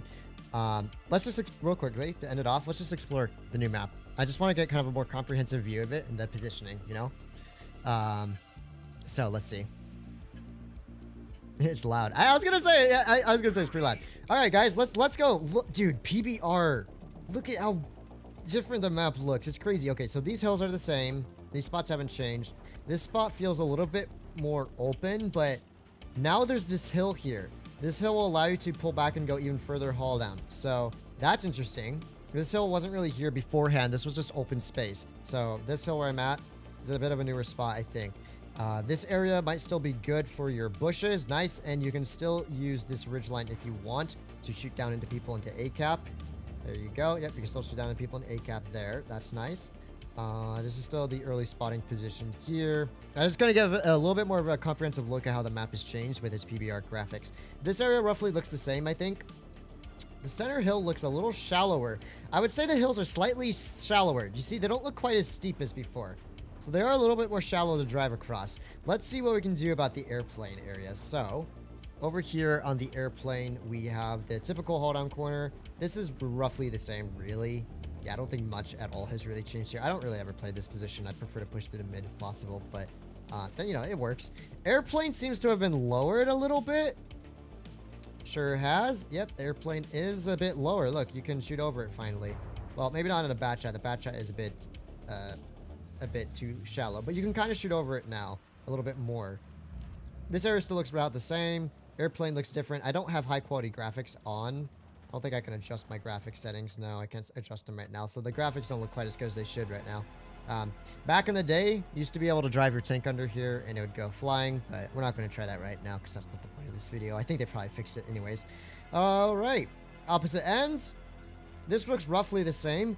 I would say, however, this hill used to be longer. It used to be a bit steeper here. Now I feel like you have slightly shorter, but more cover, hold down cover in this spot. So that's cool. This corner, once again, about the same. I know some players like to go to this ridge. Usually not the best idea because if you look, you're still exposing. Oh, if you have a very low profile tank, you could actually. Interesting. You might actually be able to play this ridge with a low profile tank with gun depression. Like you might actually be able to take an STB1 here as long as no one can shoot you from A. So I don't think that hill is quite as indented there before. How interesting. Okay. This spawn looks roughly the same. Once again, though, these hills look slightly flatter. Maybe it's just me, but they do not look quite as steep as they were before. And so that means TDs and stuff might have an easier time driving through the dunes compared to beforehand if they're crossing over hills and stuff. The spawn positioning still looks about the same. You still have this destructible cover here, rail tracks there. I would say that this looks way less steep. Now, clearly in a batch shot, you're still going to have to overextend, but look, you can only pull up to here and you can shoot over. You don't have to pull it up. Oh, yeah, this is way, like, look, there's someone in B cap. You don't even have to pull up all the way. Like, you can shoot, like, at tanks in town from back here. So, they definitely flattened out the TD position a bit. So that'll be nicer, I guess, in some scenarios. If you need the hold and your team is in dunes, you lost town. Say you have an STB1, you can quite literally pull up to this ridge and you should have enough gun depression to shoot down on these dudes from this ridge in STB1, right? 11 degrees. So that's pretty cool. We'll finish the exploration of the dunes. I gotta go see like how the entrance of B reset position is and everything. This area is probably gonna be about the same. You know, shooting under the rails. You have the two ramps, hills on those sides. This spot, I'm curious if they flattened this out a little bit or if it's still pretty decent haul down. Okay, this still feels about the same. Although maybe... Wait, is that middle hill a bit taller? I feel like I can't shoot past the tanks as much. Oh no, those buildings are just in the foreground. Okay, I see. So we have about the same position on this side. All right, all right. It's a very pretty map though. Even with my low quality graphics, because I'm running, well, medium quality graphics on my iPad, it still looks really good. This area, once again, looks the same. Oh my gosh, dude. It's so flat. Look, you literally pull up to this ridge in a bat chat and you can shoot right into their spawn now. Look at that. You can shoot to their spawn. You can shoot into the town. I don't know. I don't have the thing that tells me when my gun depression's running out. Usually there's like a little marker in the front of my screen. Maybe the settings I have it on. Interesting. What about defending from town? It's still a bit lower, isn't it?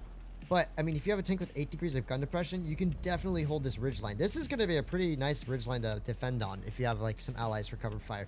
Okay, so let's go check out this little corner over here. So, classic spot for a lot of TDs. Oh, wow, they widened it a lot. Remember how thin this gap was? Look how much wider it is now. And you actually have shots from here now along this alley without having to overextend your vehicle. As a matter of fact, if you have, like, 10 degrees of gun depression, you can probably just pull up here. And, like, look, this bat chat has, like, 6 degrees. And so, you barely have to poke up. Anything with 10 degrees could, like, let's say you put a, I don't know, like a Minotauro back here. It's going to be really annoying. So, the TD spot's a little stronger because it's not so much just you're either sitting in the open or you're sitting in nowhere. I feel it's a little bit more versatile now in that regard.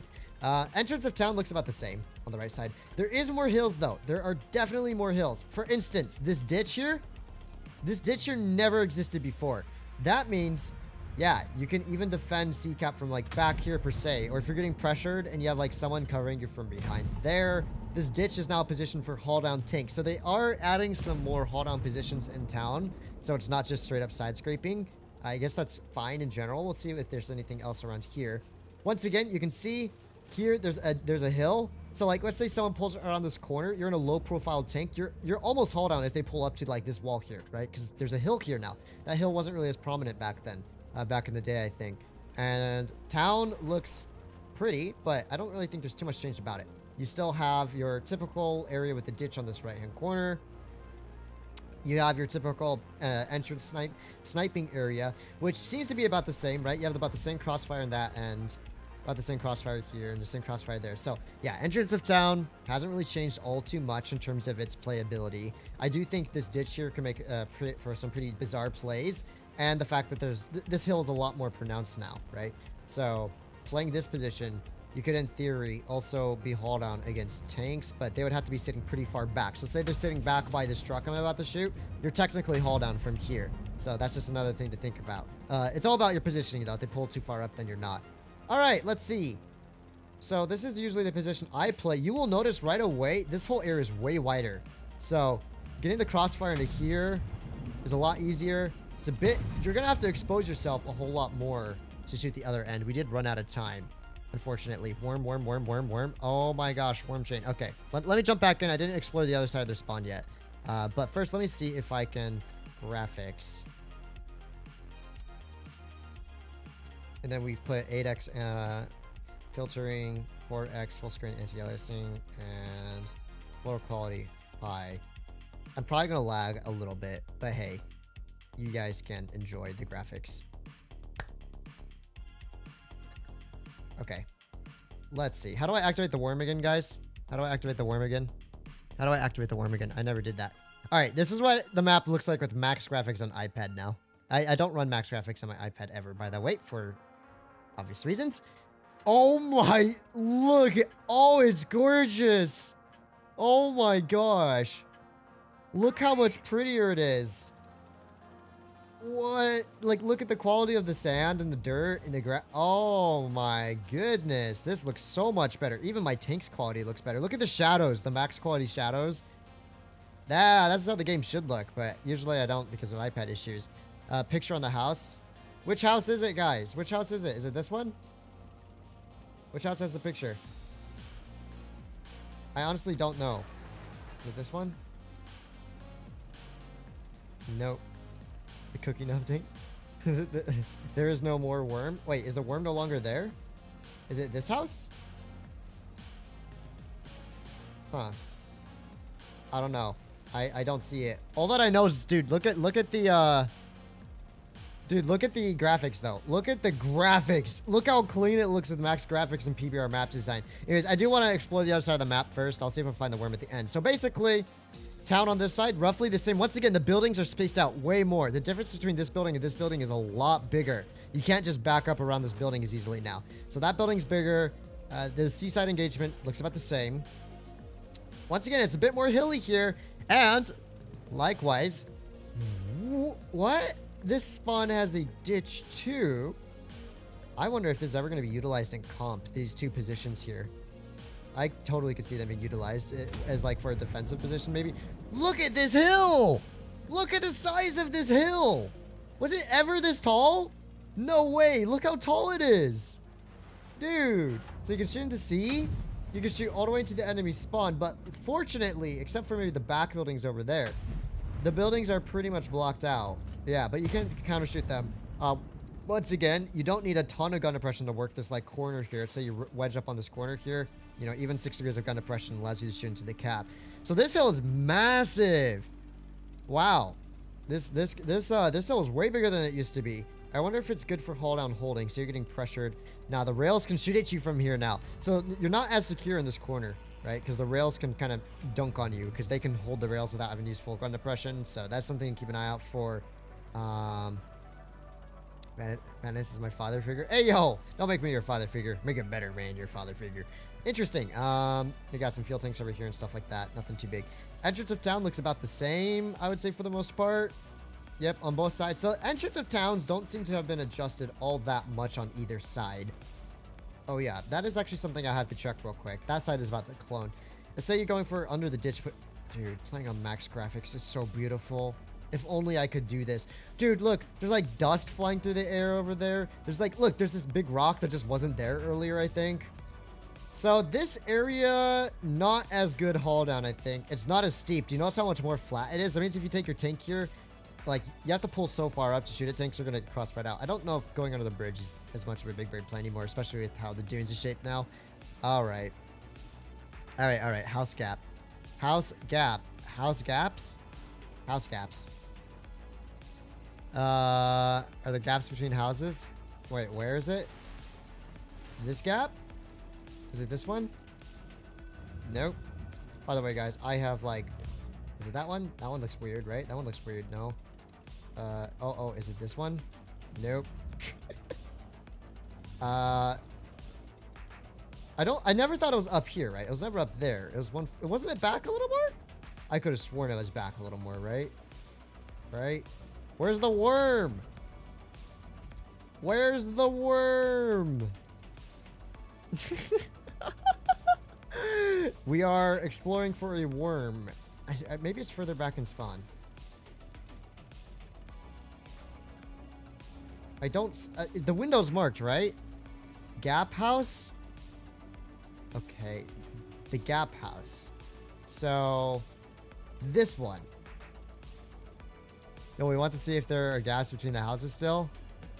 Oh! That regard. I forgot which house was that. It was in town, right? Rip worm. I don't know where the worm is, but I've never glitched out and like, not glitched out, but used the worm. Where were the gap houses again? Were they like back here and stuff? I think all the houses are sealed, personally. Yeah. I don't even remember which house is the gap house, but I don't see any shootable gaps between these houses. There's no gaps around here anymore either, isn't there? Yeah, no gaps. All the gaps are shut here. I don't see any gaps in any of these houses, to be honest, for you to shoot through. Interesting. How very, very interesting. Yeah, the houses all look sealed shut, guys. They all look sealed shut. I don't think there's any more troll resistance. You have a shot to shoot windows, not gaps. Am I just like completely unknown at when it comes to map stuff? I don't know. Dang, I could have sworn the worm was around here. I could have sworn it was this building, wasn't it? Was it not this building? No? Rip wormy, guys. Rip worm. Y'all are confusing. Shoot all the windows.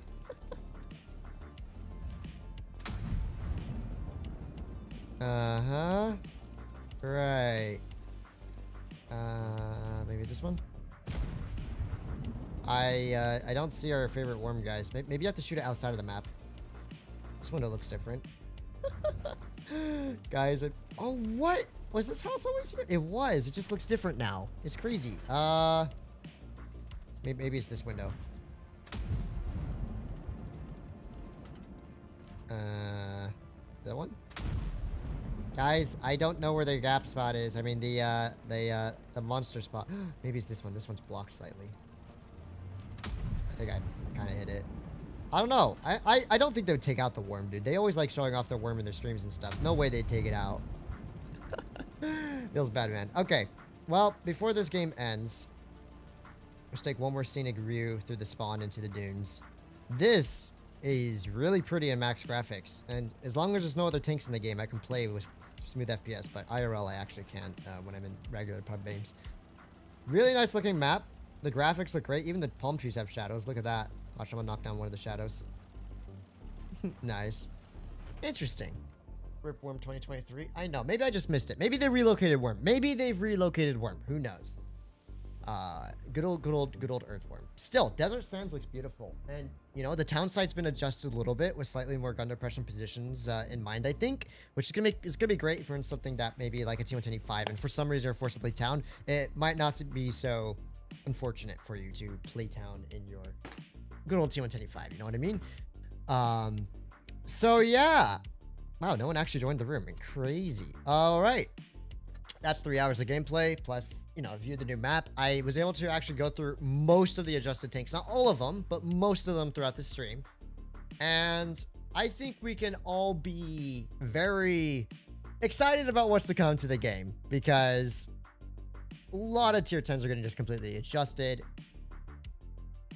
Completely adjusted over here. Come here, Bobby. Okay, I got distracted by Bobby. But yeah, so look out for update 10.3. I'm going to assume it's going to be in the latter half of September, but probably this month we will have update 10.3 and all these changes will be implemented. I will have to do a boatload of streams on all the new tanks. I might have to do it by like nation and class or something, so I can just like do them in chunks, because it would take me quite literally all year if I was doing it one tank at a time with my school schedule.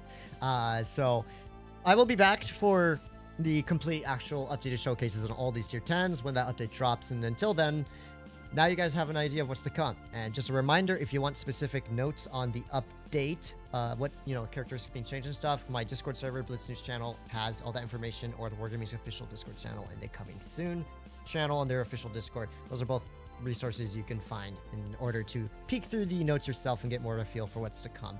And until then, thank you so much, everyone, for dropping by today's Monday live stream. It was a pleasure, as always, to have you. Shout out to all the mods, everyone who donated today. Smash that like button. Didn't reach 300, but it's okay. Maybe next time.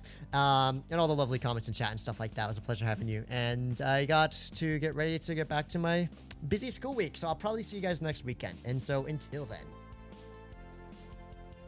Bobby's drinking water. She won't want me to disturb her. So you did get to see little Bobby. Okay. Bobby. Get the papa. Okay. Maybe we can sneak. She knows I'm gonna grab her. She knows I'm trying to grab her. Come here, kitty.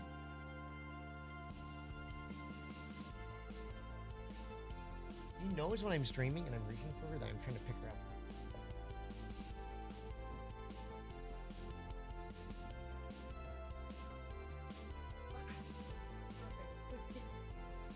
Good kittens. Just say hi to the stream. Meow, meow, meow, meow, meow. Meow, meow, meow. Meow, meow, meow, meow, meow. Meow, meow, meow, meow, meow, meow, meow, meow, meow, meow, meow, meow. Let's say hi to everyone. Are you happy, my princess? Oh. He's like, let me down, you stupid human. Let me down. Yes. Okay, there you go. You even, hey, you didn't miss out. You got your Bobby. You got your Bobby. You can be happy. And you even got Bobby flashing the camera again. Ay, ay, ay. Crazy kitty. There you go. Hi. You gotta go say hi to the camera. Oh, yep, she's saying hi to the camera now. Oh, there you go. There you go. Yeah, she's saying hi to the camera. I'm surprised she hasn't broken it yet. Good girl, Bobby. Who's your good kitty? Oh, come say hi to me. You're so good kitty. And she's purring. Oh, stop flashing the camera. Bad kitty. Bad kitty. Okay. All right. So there you have it. Me and Bobby saying our farewell. Good to see you as always. Once Bobby leaves, the stream ends. Until then, I sit on my phone and drink tea.